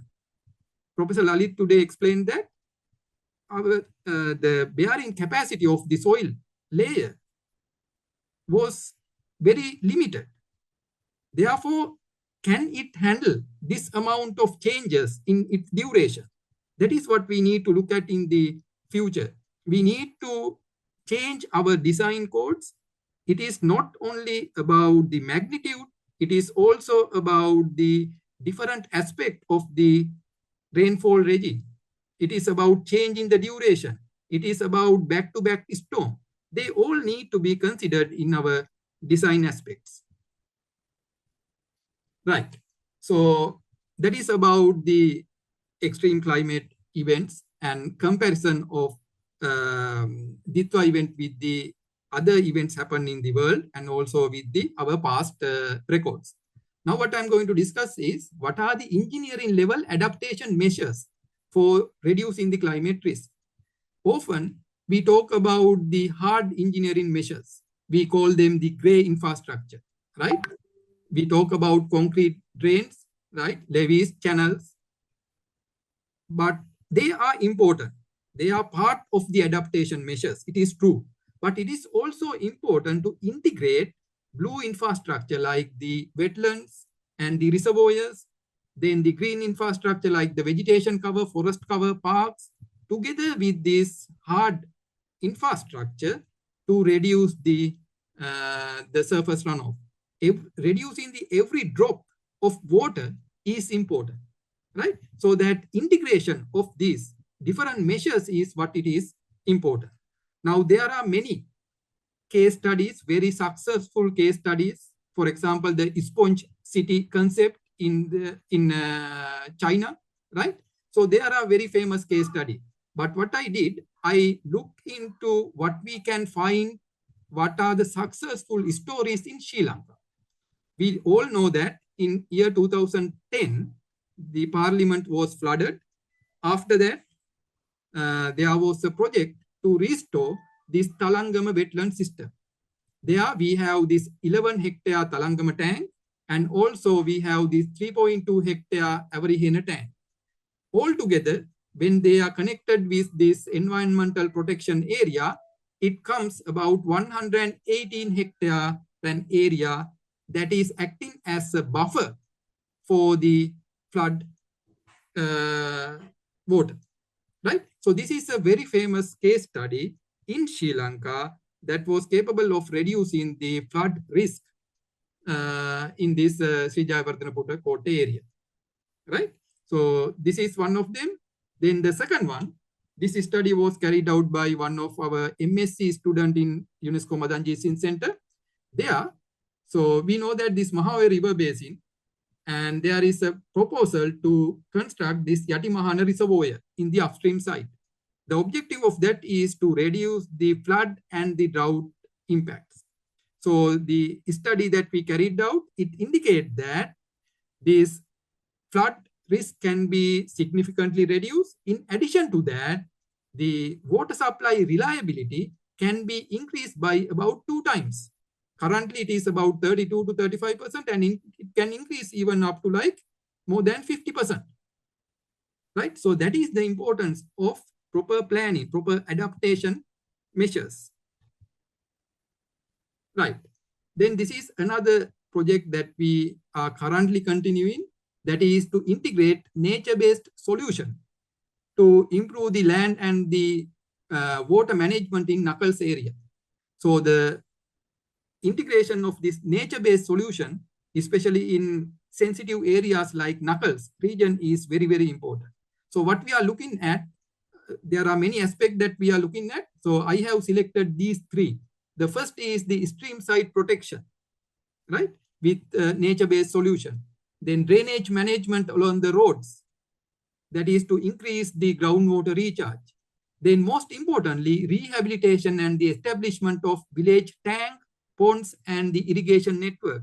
It has benefit to the local community, and also it can reduce the downstream flood. It can enhance the groundwater recharge, right? These are the solutions that we need to look into when we are planning the adaptation measures. Right. Then as Professor Lalith also mentioned, it is very important us to understand how our design codes can be changed. They must be changed, right? Because this return period concept is no longer valid. Stationary assumption is no longer valid, right? So we need to look into the different aspect of this temperature time series. It is not only about the intensity, it is also about how the duration can change, what will happen if there is an back-to-back storm event. These are the things that we need to consider when we are going for a particular design, right? So this is one example where we carried out in Sultanate of Oman. There you can see this black color line is the IDF curve that we developed based on the past of the observation. And all others are based on the future projection. You can see the difference. And this is exactly what is happening now, right? So our design code should be able to incorporate these changes, right? Without that, design in infrastructure, design in reservoir or design in a culvert, by considering the past data or keeping a kind of gap or clearance for the climate change is not going to be enough. We need to incorporate these changes into our design codes, and we need to look into all possible changes that can happen in the future. Then only we can reduce the uncertainty or we can increase the reliability of our design. Right. So now I will come to the third part of my presentation, that is the hydrological and climate modeling. As I mentioned you earlier, it is also part of these adaptation measures, right? But also it is important us to understand the effectiveness of different adaptation measures and do the climate or the future projections. In that case, very often we use these GCMs, right? So you know that in general, GCMs has very coarse resolution. For example, this CAN ESM5 model, its resolution is nearly by 3 degrees. 3 degrees mean the size of one grid cell is about the size of the Mahavali River Basin.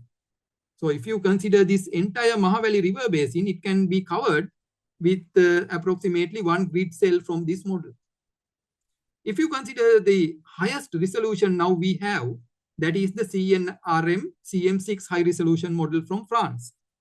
The resolution is 0.5 degree by 0.5. That is approximately equal to 25,000 square kilometers. Sorry, 2,500 square kilometers. That is approximately equal to the size of the Kalani River Basin. Right? Now you understand the problem here. The climate models are very effective. They are very useful in capturing the large scale variations, how they are going to affect to our climate system. But the point is they are not good enough for the local scale studies, right? That is why we need, sometimes we use regional climate models like the Codex program, right? They have regional climate models, but the point is that they are computationally very expensive, right? That is why we need downscaling, right? When you are going for the downscaling, are you going for all the models? Because now if you consider the AR6 report, it is been contributed by more than 50 reliable general circulation models, right? So are you going to consider all of them, or are you going to select some of them to reduce the uncertainty of our decision making, right? So this is one of the study conducted by one of our MSc student, Chamal Jayaminda. Now what we did, we consider about 20 general circulation models. Sri Lanka is an island. It climate change very rapidly within a short distance. We have 3 major climate zones: wet zone, intermediate zone, and the dry zone. And we have 2 distinct monsoon season, right? So we need to make sure that these climate models are capable of capturing this monsoon signal. Otherwise, there is no use of using a climate model which is not capable of simulating the climate system in a small country like Sri Lanka, right? So that is what is important to reduce the uncertainty of our estimation. So what we did, we used several indices. Then we check them for the wet zone, dry zone, and intermediate zone. So that our conclusion was that the CNRM CM6 high resolution model was capable of capturing this monsoon signal. The result that you see here is even before the bias correction, right? So that in climate change studies, it is important us to understand the reliable models. Reliable models should be selected. In that way, you can reduce the uncertainty of your projections. Right. Then the use of the hydrological and climate modeling. Now, what we did, we run a model covering the entire Sri Lankan context. It is not just the one river basin. We run this model for entire Sri Lanka. And we now, you know that from IPCC, there is a very common, very famous conclusion that wet river basins are getting wetter and the dry river basins are getting drier in the future because of the climate change. And we could see the same phenomenon for several scenarios that we considered. Like you can see, these wet river basins are getting wetter, but certain dry river basins are getting drier in the future, right? So these are the different aspects that we need to consider, right? So how in different seasons, how the northeast monsoon season, the water availability change, how it is going to be changed in the southwest monsoon season, right? So that is what it affects for the Yala and the Maha season, right? These are the tools that we can use, hydrological modeling and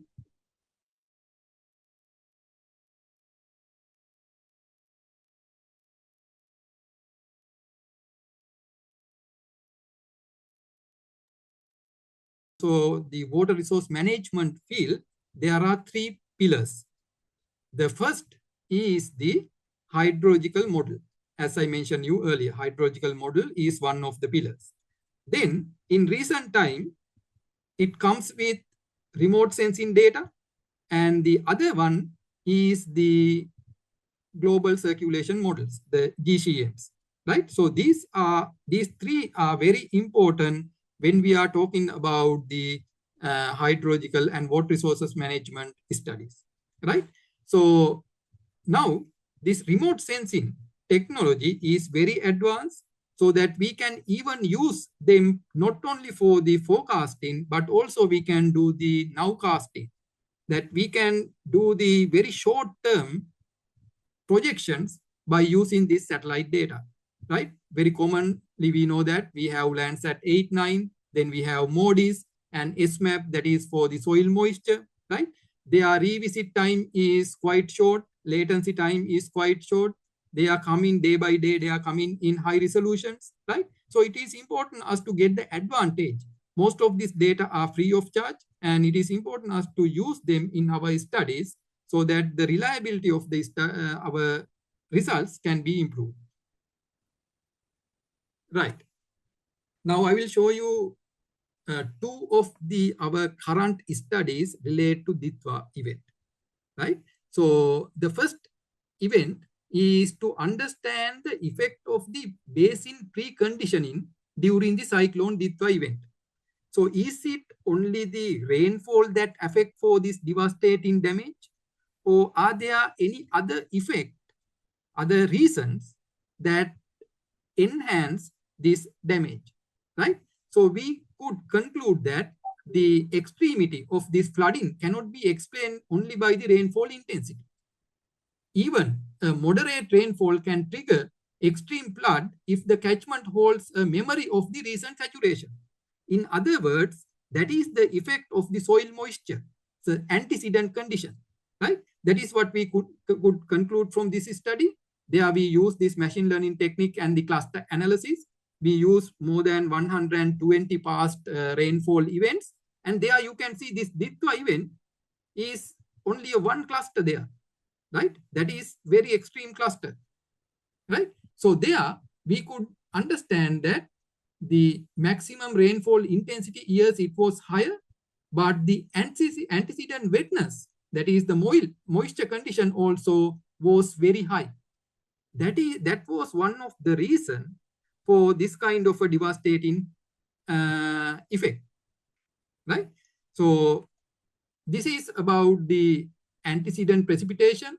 We noticed that during the Ditwa event compared to the past event, antecedent precipitation was higher.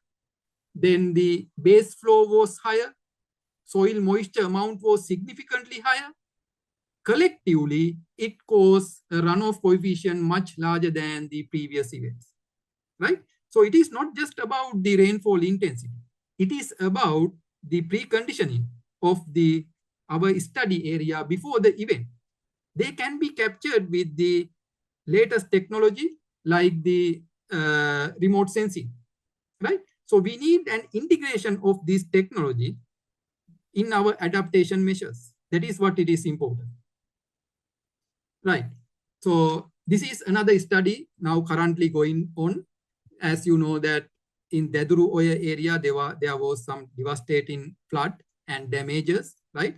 So again, I want to highlight, we are not trying to pinpoint anyone, or we are not trying to put the blame on anyone, but this is merely to understand what could have been done to reduce the damage and how it can be used in the future to for our adaptation measures.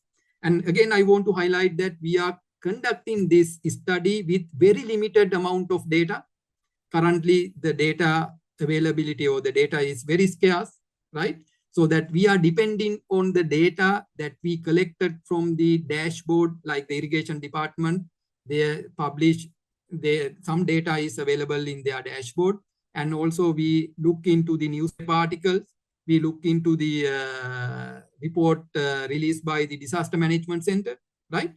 So that is how we collected the data, right? So the data was not that reliable, but still we try to do whatever it is possible, right? So we prepared the time series of spillage.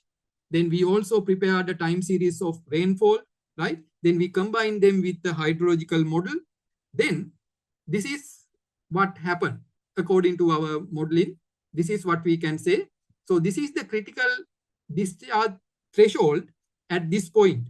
This is the discharge point, right? So this red color shows the critical discharge threshold.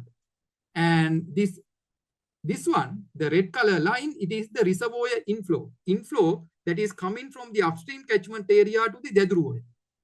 And this is the reservoir outflow, the water release from the reservoir. And this is the flow at the downstream, right? Now you can see it is above this critical threshold, right?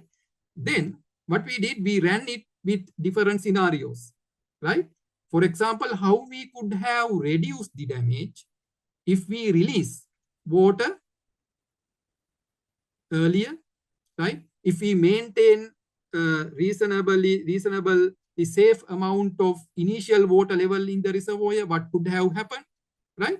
So that our conclusion was that the proper management or the rule-based SOP could have reduced the damage in the downstream, right? I am not trying to put the blame to anyone.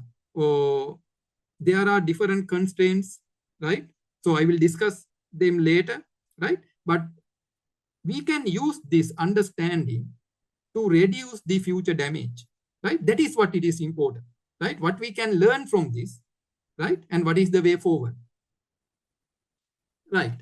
Then I will come to the last point of my discussion, adaptive governance and how we can bridge this science, engineering, and the implementation together, right?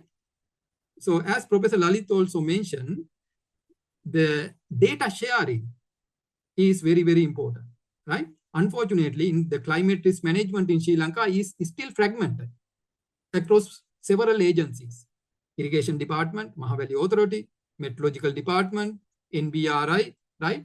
Sri Lanka Land Development Corporation, right? Like that, there are many institutions. And surprisingly, they all collect a large amount of data. Unfortunately, there is no dashboard or there is no mechanism to share this data among each other, right? at the universities, we are trying with very limited amount of data, right? So these results or the projections or the forecasting or the early warning could have been much reliable if there is a mechanism to share this data, right? That is the first, in my opinion, right? So the effective adaptation requires an integrated national mechanism for real-time sharing of rainfall, river level, reservoir operation, landslide risk, right? And urban drainage data. That is the first step.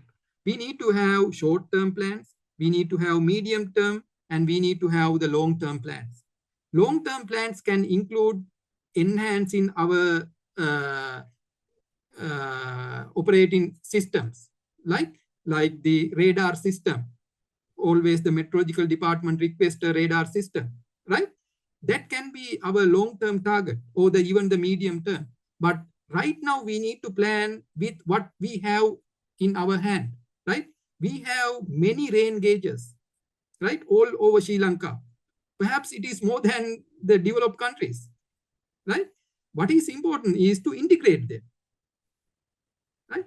So the way forward is to establish a centralized climate and disaster data platform linking all agencies with agreed protocols for real-time access and decision support, right? So I just looked into, when I was preparing for this presentation today evening, I looked into this Japanese meteorological agency. Now, what I know, in fact, I did my PhD there. Since then, I know that you can download all the past data available in the country, and it can be accessed by anyone. And it is being updated very often. Even the last 10-minute data is accessible, right? That is how you improve the research. That is how you improve the adaptation measures.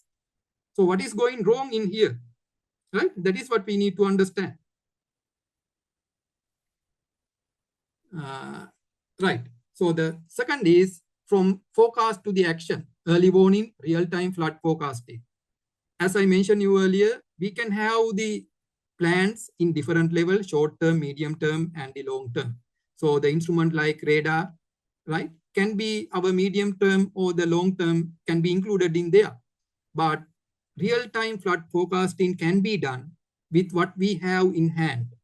We can integrate machine learning, we can integrate remote sensing technology with the hydrological modeling to enhance. We need to understand that some of our river basins are very small, so that the time of concentration is quite short. In that case, sometimes the running a model and during the flood event or during the rainfall event or a very short time before the rainfall event may not be possible. That is why we need to prepare it first. We have the remote sensing technology, we have the machine learning technology. We can run hydrological model and produce like thousands of scenarios. Then by inputting the observed rainfall data, we can select what is going to happen, right? We can select which area is going to flood, which division, Gramanilladari division is going to be flooded, right? We need that kind of a local scale information to prepare for the flood, right? That is what it is important.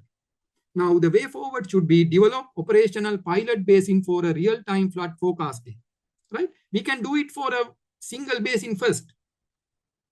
With the success of that, we can scale it into the national level, right? Let's start with the one river basin, perhaps the Kalani River Basin. There we have a lot of resources.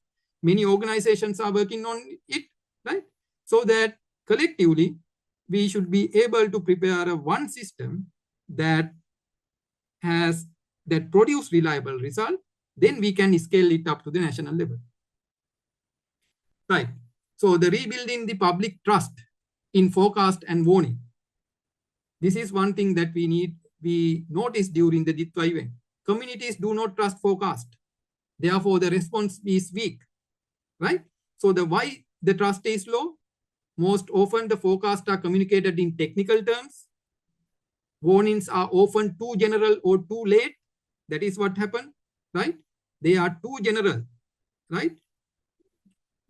Asking to evacuate for an entire city or an entire province is not going to work. We need to narrow down it into the local scale, right? Then communities don't see the consistent accuracy or the local relevance, right? They don't see it as an accurate information. That is what we need to change their mind. It doesn't matter what we do as the scientist or the government officers. If the correct message is not communicated to the local people, then the whole system is failed, right? So the way forward is shift to impact-based warning, like your area may be flooded up to this level. That area should be narrowed down into like the Grama Niladhari level. Then use local language, local leaders and familiar channels for the communication. Conduct community drills in feedback loops, right? We had many drills right after the tsunami event, right? We need to continue these practices, right? In a country like Japan, you can see every month there is a drill for the earthquakes. There are drills for the flood, right? So the community must be ready. Then publicly evaluate forecast performance after each event, right? We release early warnings, right? We forecast, but are they accurate? Do we do any assessment? Can we increase the reliability of these forecasts? Are there any assessment about it? No, right? So that is how we should build the trust of the people. Right, so this is my last slide. So the lesson learned from the Ditwa event and the way forward, right? So the summary is that move from the reactive disaster responses to anticipatory risk management. It is not that during the disaster time you distribute a couple of lunch packets or count the number of deaths. That is not disaster management, right? We should be able to anticipate the risk. We should be able to make informed decision making, right? That is how you reduce the damage. Then institutionalize real-time data sharing across agencies. Operationalize flood forecasting, impact-based early warning, right? We need to have the early warning systems developed for each and every river basin, right? We can start with the pilot study area, right? Then enhance it to the national scale. Then integrate engineering system with governance protocols, right? Take this irrigation department, for example.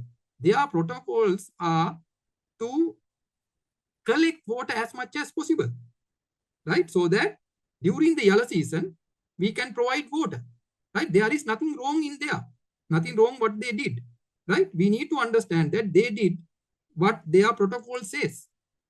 But the problem is that during a disaster time, is it what is important, right?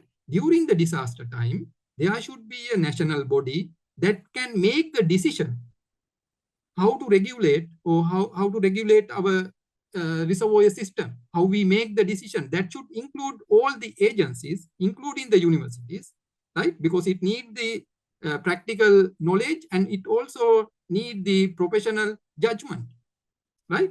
So that there should be a committee that can handle a disaster situation, right? Otherwise, if you release the water and if there is no rainfall, like the right after Ditwa event, there was another cyclone forming, right? Then if we release water from the reservoirs, what could have happened if there is no rainfall, right? So the blame is coming to the irrigation department. So that is why the accurate forecasting is important. There should be a confidence of the warning that we issue so that we can act on that, right? So finally, invest in community trust and the preparedness, not only for the infrastructure. So the building the trust of the community to act when there is a warning is what it is important, right? So I would like to thank the Department of Civil Engineering and UNESCO Madanjit Singh Center. Most of these research outputs are based on the studies carried out at the Department of Civil Engineering and also at the UNESCO Madanjit Singh Center, right? Thank you very much for the opportunity.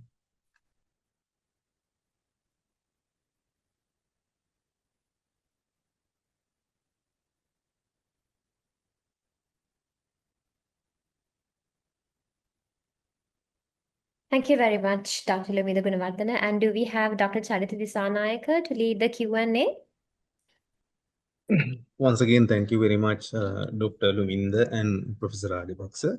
So we have received a couple of questions from the audience. First of all, I would like to bring the first question.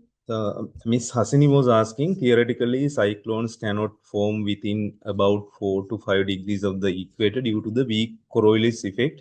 How can the occurrence of cyclone Ditwa in Sri Lanka be explained despite this? Professor Rajapakse, could you please explain this one? Yeah, thank you very much for the question. That is a valid question because even when we observed the past tracks of cyclones, we noted that there were only few cyclones originated in the 5 degree or latitude below 5. So now what has been happening is for the formation of a cyclone, there are several conditions to be satisfied. There should be a temperature difference or the layered temperature gradient. And then when the air masses start moving upward, then the Coriolis force comes into the action, introducing this rotational movement to the cyclone.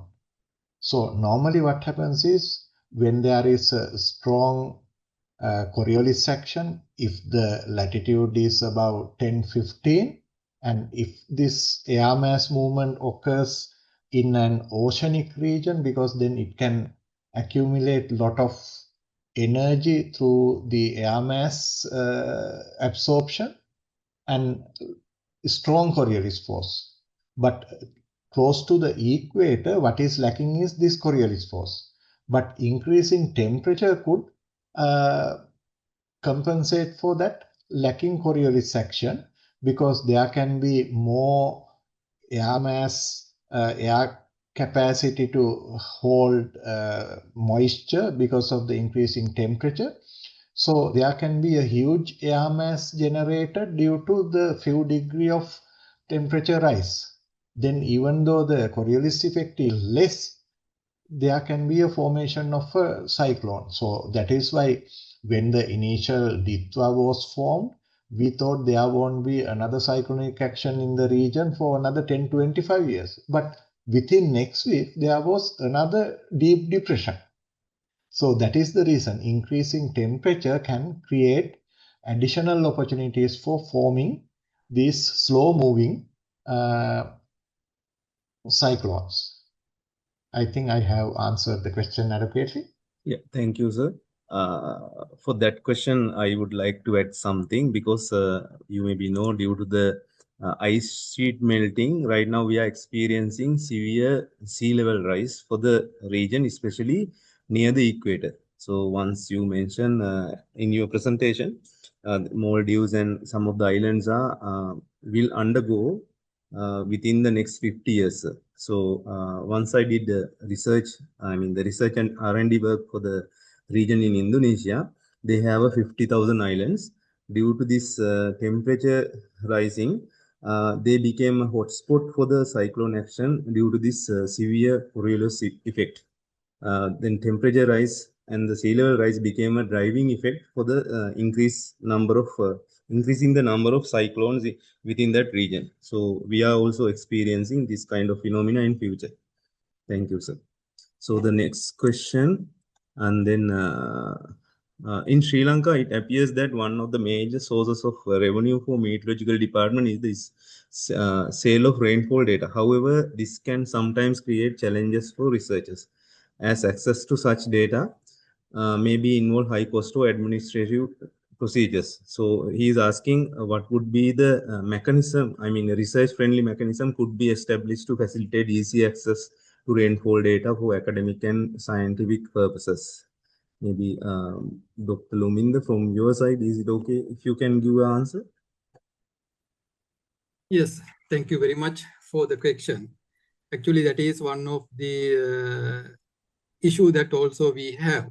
Now, the point is that many government organizations, they share data with undergraduate studies, right? There is a mechanism like meteorological department, they have cap, but they share the data for up to a certain level for the undergraduate studies. But what is important is to weigh the benefit of sharing this data free of charge for the research purposes and the benefit that it can gain from that, and what you can get by selling this data can be very minimum amount compared to the benefit that you can gain by giving this data free of charge for the research purposes. That is what the countries like Japan does. As I show you today during my presentation, anyone in the world can download this data, right? Free of charge for anywhere you like, right? So that is how you enhance the research, right? So there should be a system among our government authorities to share this data, not only for us, not only for the universities, but also anyone who would like to use that data. They are not confidential, right? There should not be any restriction to use this data, right? That is the only way to enhance our preparedness, right? Thank you. Thank you, sir. There is another question. How can we, from Sivaramanan Sivakumaran, Mr. Sivaramanan, how can we include the climate change mitigation in the environmental impact assessment report in addition to the landslide prone areas?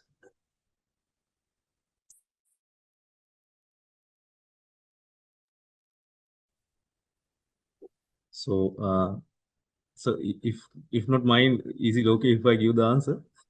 Yeah, please go yes, ahead. Because for that one, we can include, we can integrate remote sensing and machine learning to predict the landslide susceptibility.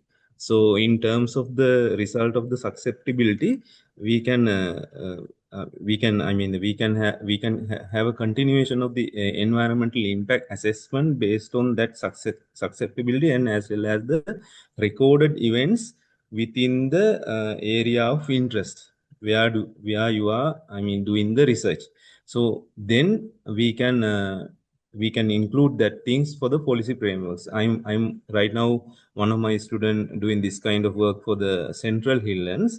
We are going to we already identified the susceptibility regions for the landslide, and then we have validated for the past events. Right now we are actually struggling to have the recorded data, the recorded data for the past event, recent event during the DITWA to validate our model further.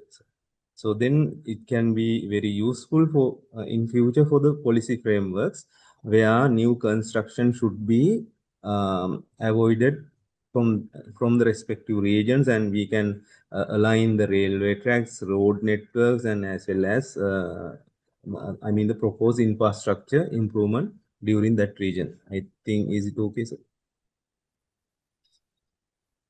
Yeah, Dr. Charitha, may I add one more thing? Yes, sir. I think the CEA is going to introduce the climate credit budgeting system very soon. Yes. That will be a policy, and Yes. that will also help assessing some of the new developments, because Yes. if you can introduce a renewable energy source that can save some carbon emission, so that will be a positive impact when it comes to the environmental impact assessment. So at the moment, sometimes we do not consider some of these positive aspects. We only give negative marks to adverse impacts. So when we have this climate credit system, the positive aspects of, let's say, renewable energy or renewable green aspect-based project will also be added to the assessment part. And also, if you can save carbon credits, you can exchange them with some other projects, some other nations, some other countries. So I think that will be enforced very soon. So they are preparing the policy for that, and they will submit it for approval soon. Thank you. Another question from Ms. Nalika Lakmali. She was asking about the that means the flood effects I mean, the increased flood could be a positive sign for hydropower development. If yes, where should efforts start and which institution need to be informed or trained to make the best use of this additional water? This seems especially important because many countries are not so fortunate and struggle to secure enough water. So, Dr. Luminda. Yes, again, thank you very much for the question. Now, it is true that the extreme events intensity and the frequency are increasing. Then we have more water, right? But the issue is with the flood water. Now, during the Ditwa event, it generated very large amount of water. Even our reservoir system was not able to handle 10% of that water. That was the issue, right? Then increasing the reservoir capacity, it can be one way to handle this one. But the point is, again, there are pros and cons of having reservoirs, right? It increased the downstream risk of flooding. That is what we saw during the Dadru and also Gampola area, right? So all the pros and cons are there. What is important is then to plan this well, like for the reservoir operation during the flood time, right? Have some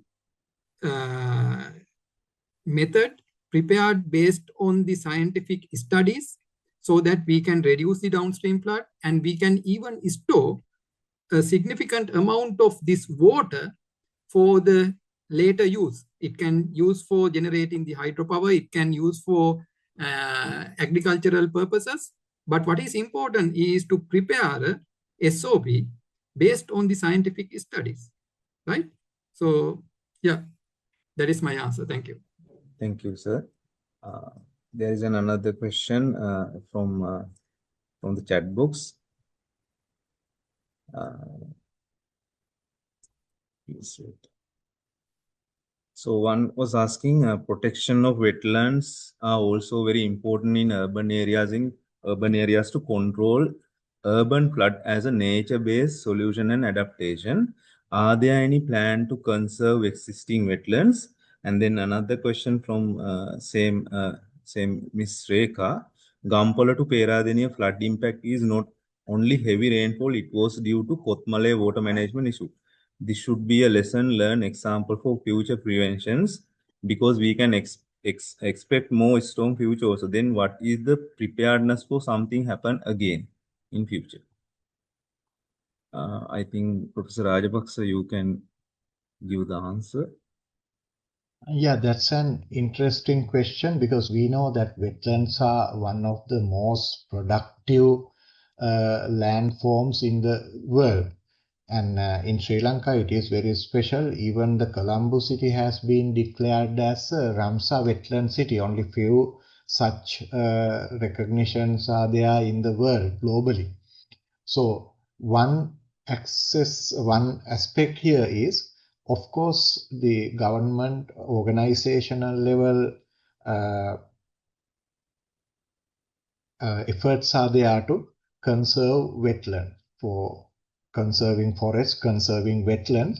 At the beginning, we know that the land reclamation corporation was formulated with the target of identifying lands for reclaiming. That was their initial target.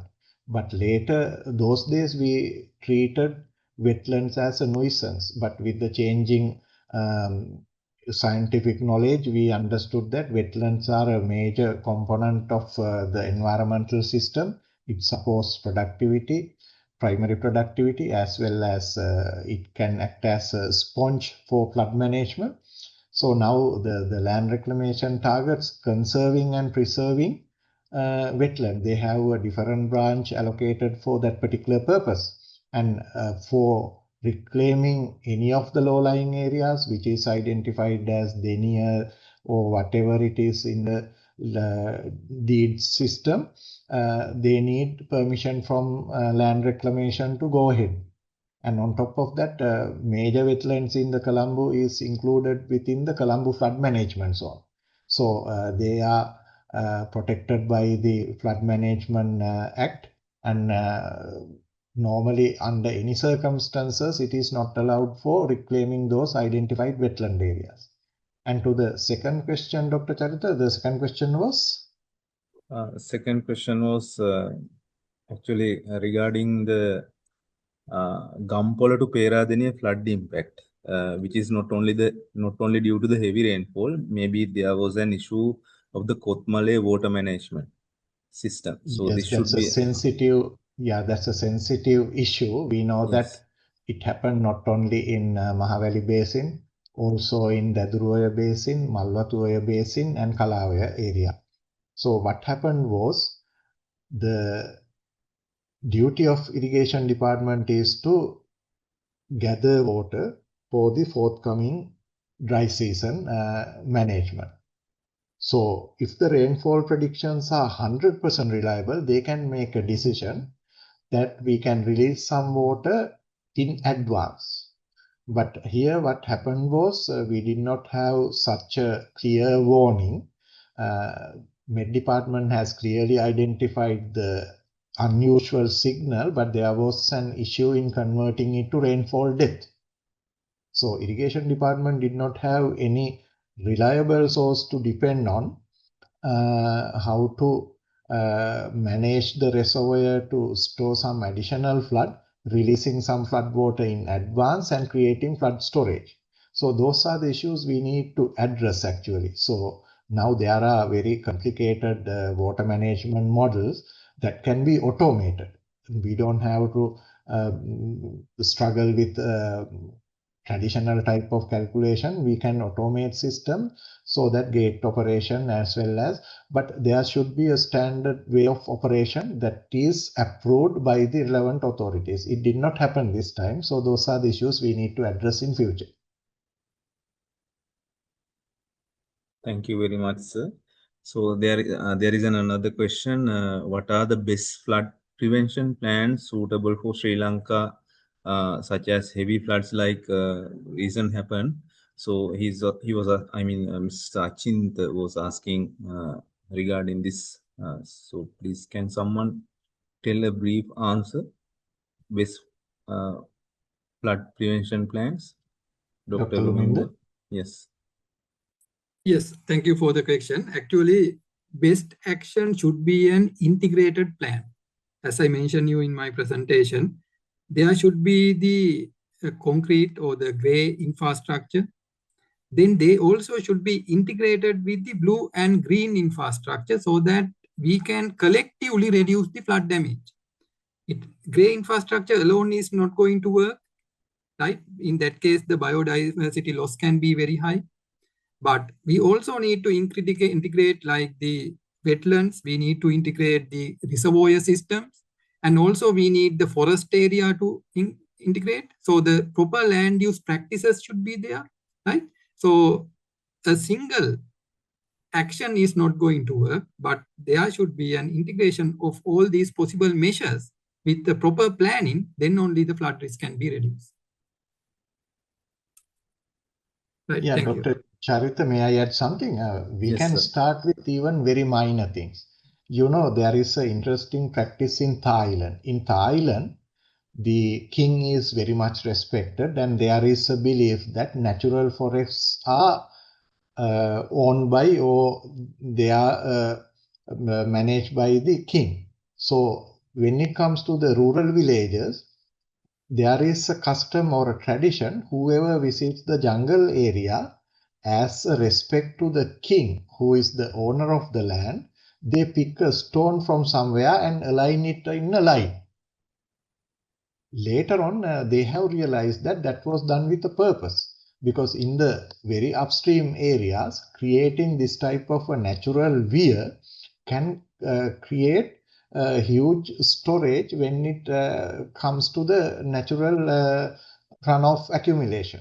So that has become an accepted practice now. Now they are creating additional natural type weirs in upstream catchment areas. So if we contribute by reducing our household drainage to the outside area, let's say by 50%, every household, that will have a huge impact to the downstream flood reduction. In countries like Australia, you cannot just discharge your roof gutter water to the roadside drain. You cannot just discharge your garden water to the roadside drain. You have to send it through a collection pit, sedimentation area, or a buffer zone to reduce water amount by a certain percentage, 30 to 50%, and also the suspended solids by a significant amount, 30 to 50% again. So that is the way how we can contribute to this national level targets, doing our part. Okay, sir. One last question. So, based on the research, the contents we have, you already presented during this webinar.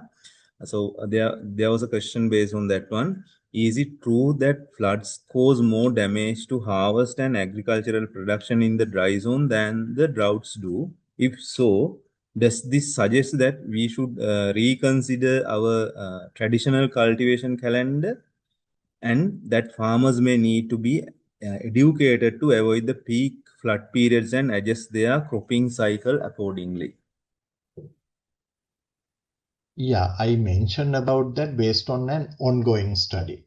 Actually, what has happened was over a consecutive 2 seasons that has happened. So farmers were very critical about that because they believe that the Kanna was not planned well.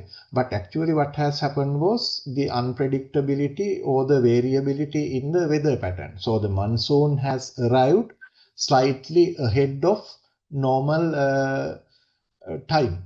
So it is very difficult to replan the cultivation season because of that variability or the unpredictability of the climate pattern or the onset of the monsoon. But when we have to collect long period data, so this is an ongoing study, we can give some firm idea about this concept. Of course, there had been incident within a short period, the floods have done more damage than the drought. But when we consider the longer period, the outcome could be different. I think I have clarified it adequately. Thank you, sir. Thank you very much. I think Ms.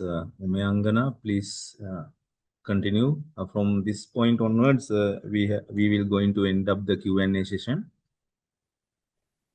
Yes, thank you very much for coordinating that, Dr. Charitha Dissanayaka. And also, I would like to once again thank Professor Hemantha Rajapakse and Dr. Luminda Gunawardhana for that inspiring session. And although we were running over time, we had a huge participation and we got many feedback for the insightful presentation saying that this has been one of the concerning aspects that we had to look into.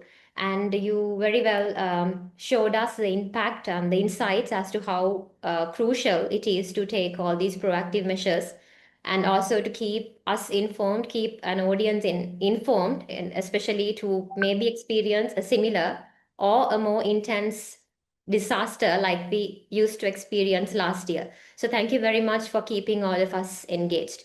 So, and before we conclude, once again, I thank both of you and also Dr. Charitha Dissanayaka for this insightful webinar. And with that, I would also like to invite all these attendees to stay tuned with the other series that we will be continuing from next week onwards. So, 4th webinar of this national webinar series will be happening on 18th of February, which is next week from 7 p.m. to 9 p.m. via Zoom. And the speakers of the next session would be Professor Sarath Kotagama, Professor at the Department of Zoology and Environment Sciences at the University of Colombo, and Mrs. Shirani Yasaratne, who is a Senior Technical Advisor of IUCN Sri Lanka. And the session will be moderated by Professor Vipula Yapa, who is a Dean of the Faculty of Science at Sri Lanka Technology Campus. So with that invitation, we would also like to let you all visit the YouTube channel of SLTC to stay tuned with the previous webinars if by any chance you have missed the previous webinars. So thank you very much for your interest and we hope to see you all in the next session. Thank you very much and good night. Thank you very Thank much. you very Sir. much. Thank you very much.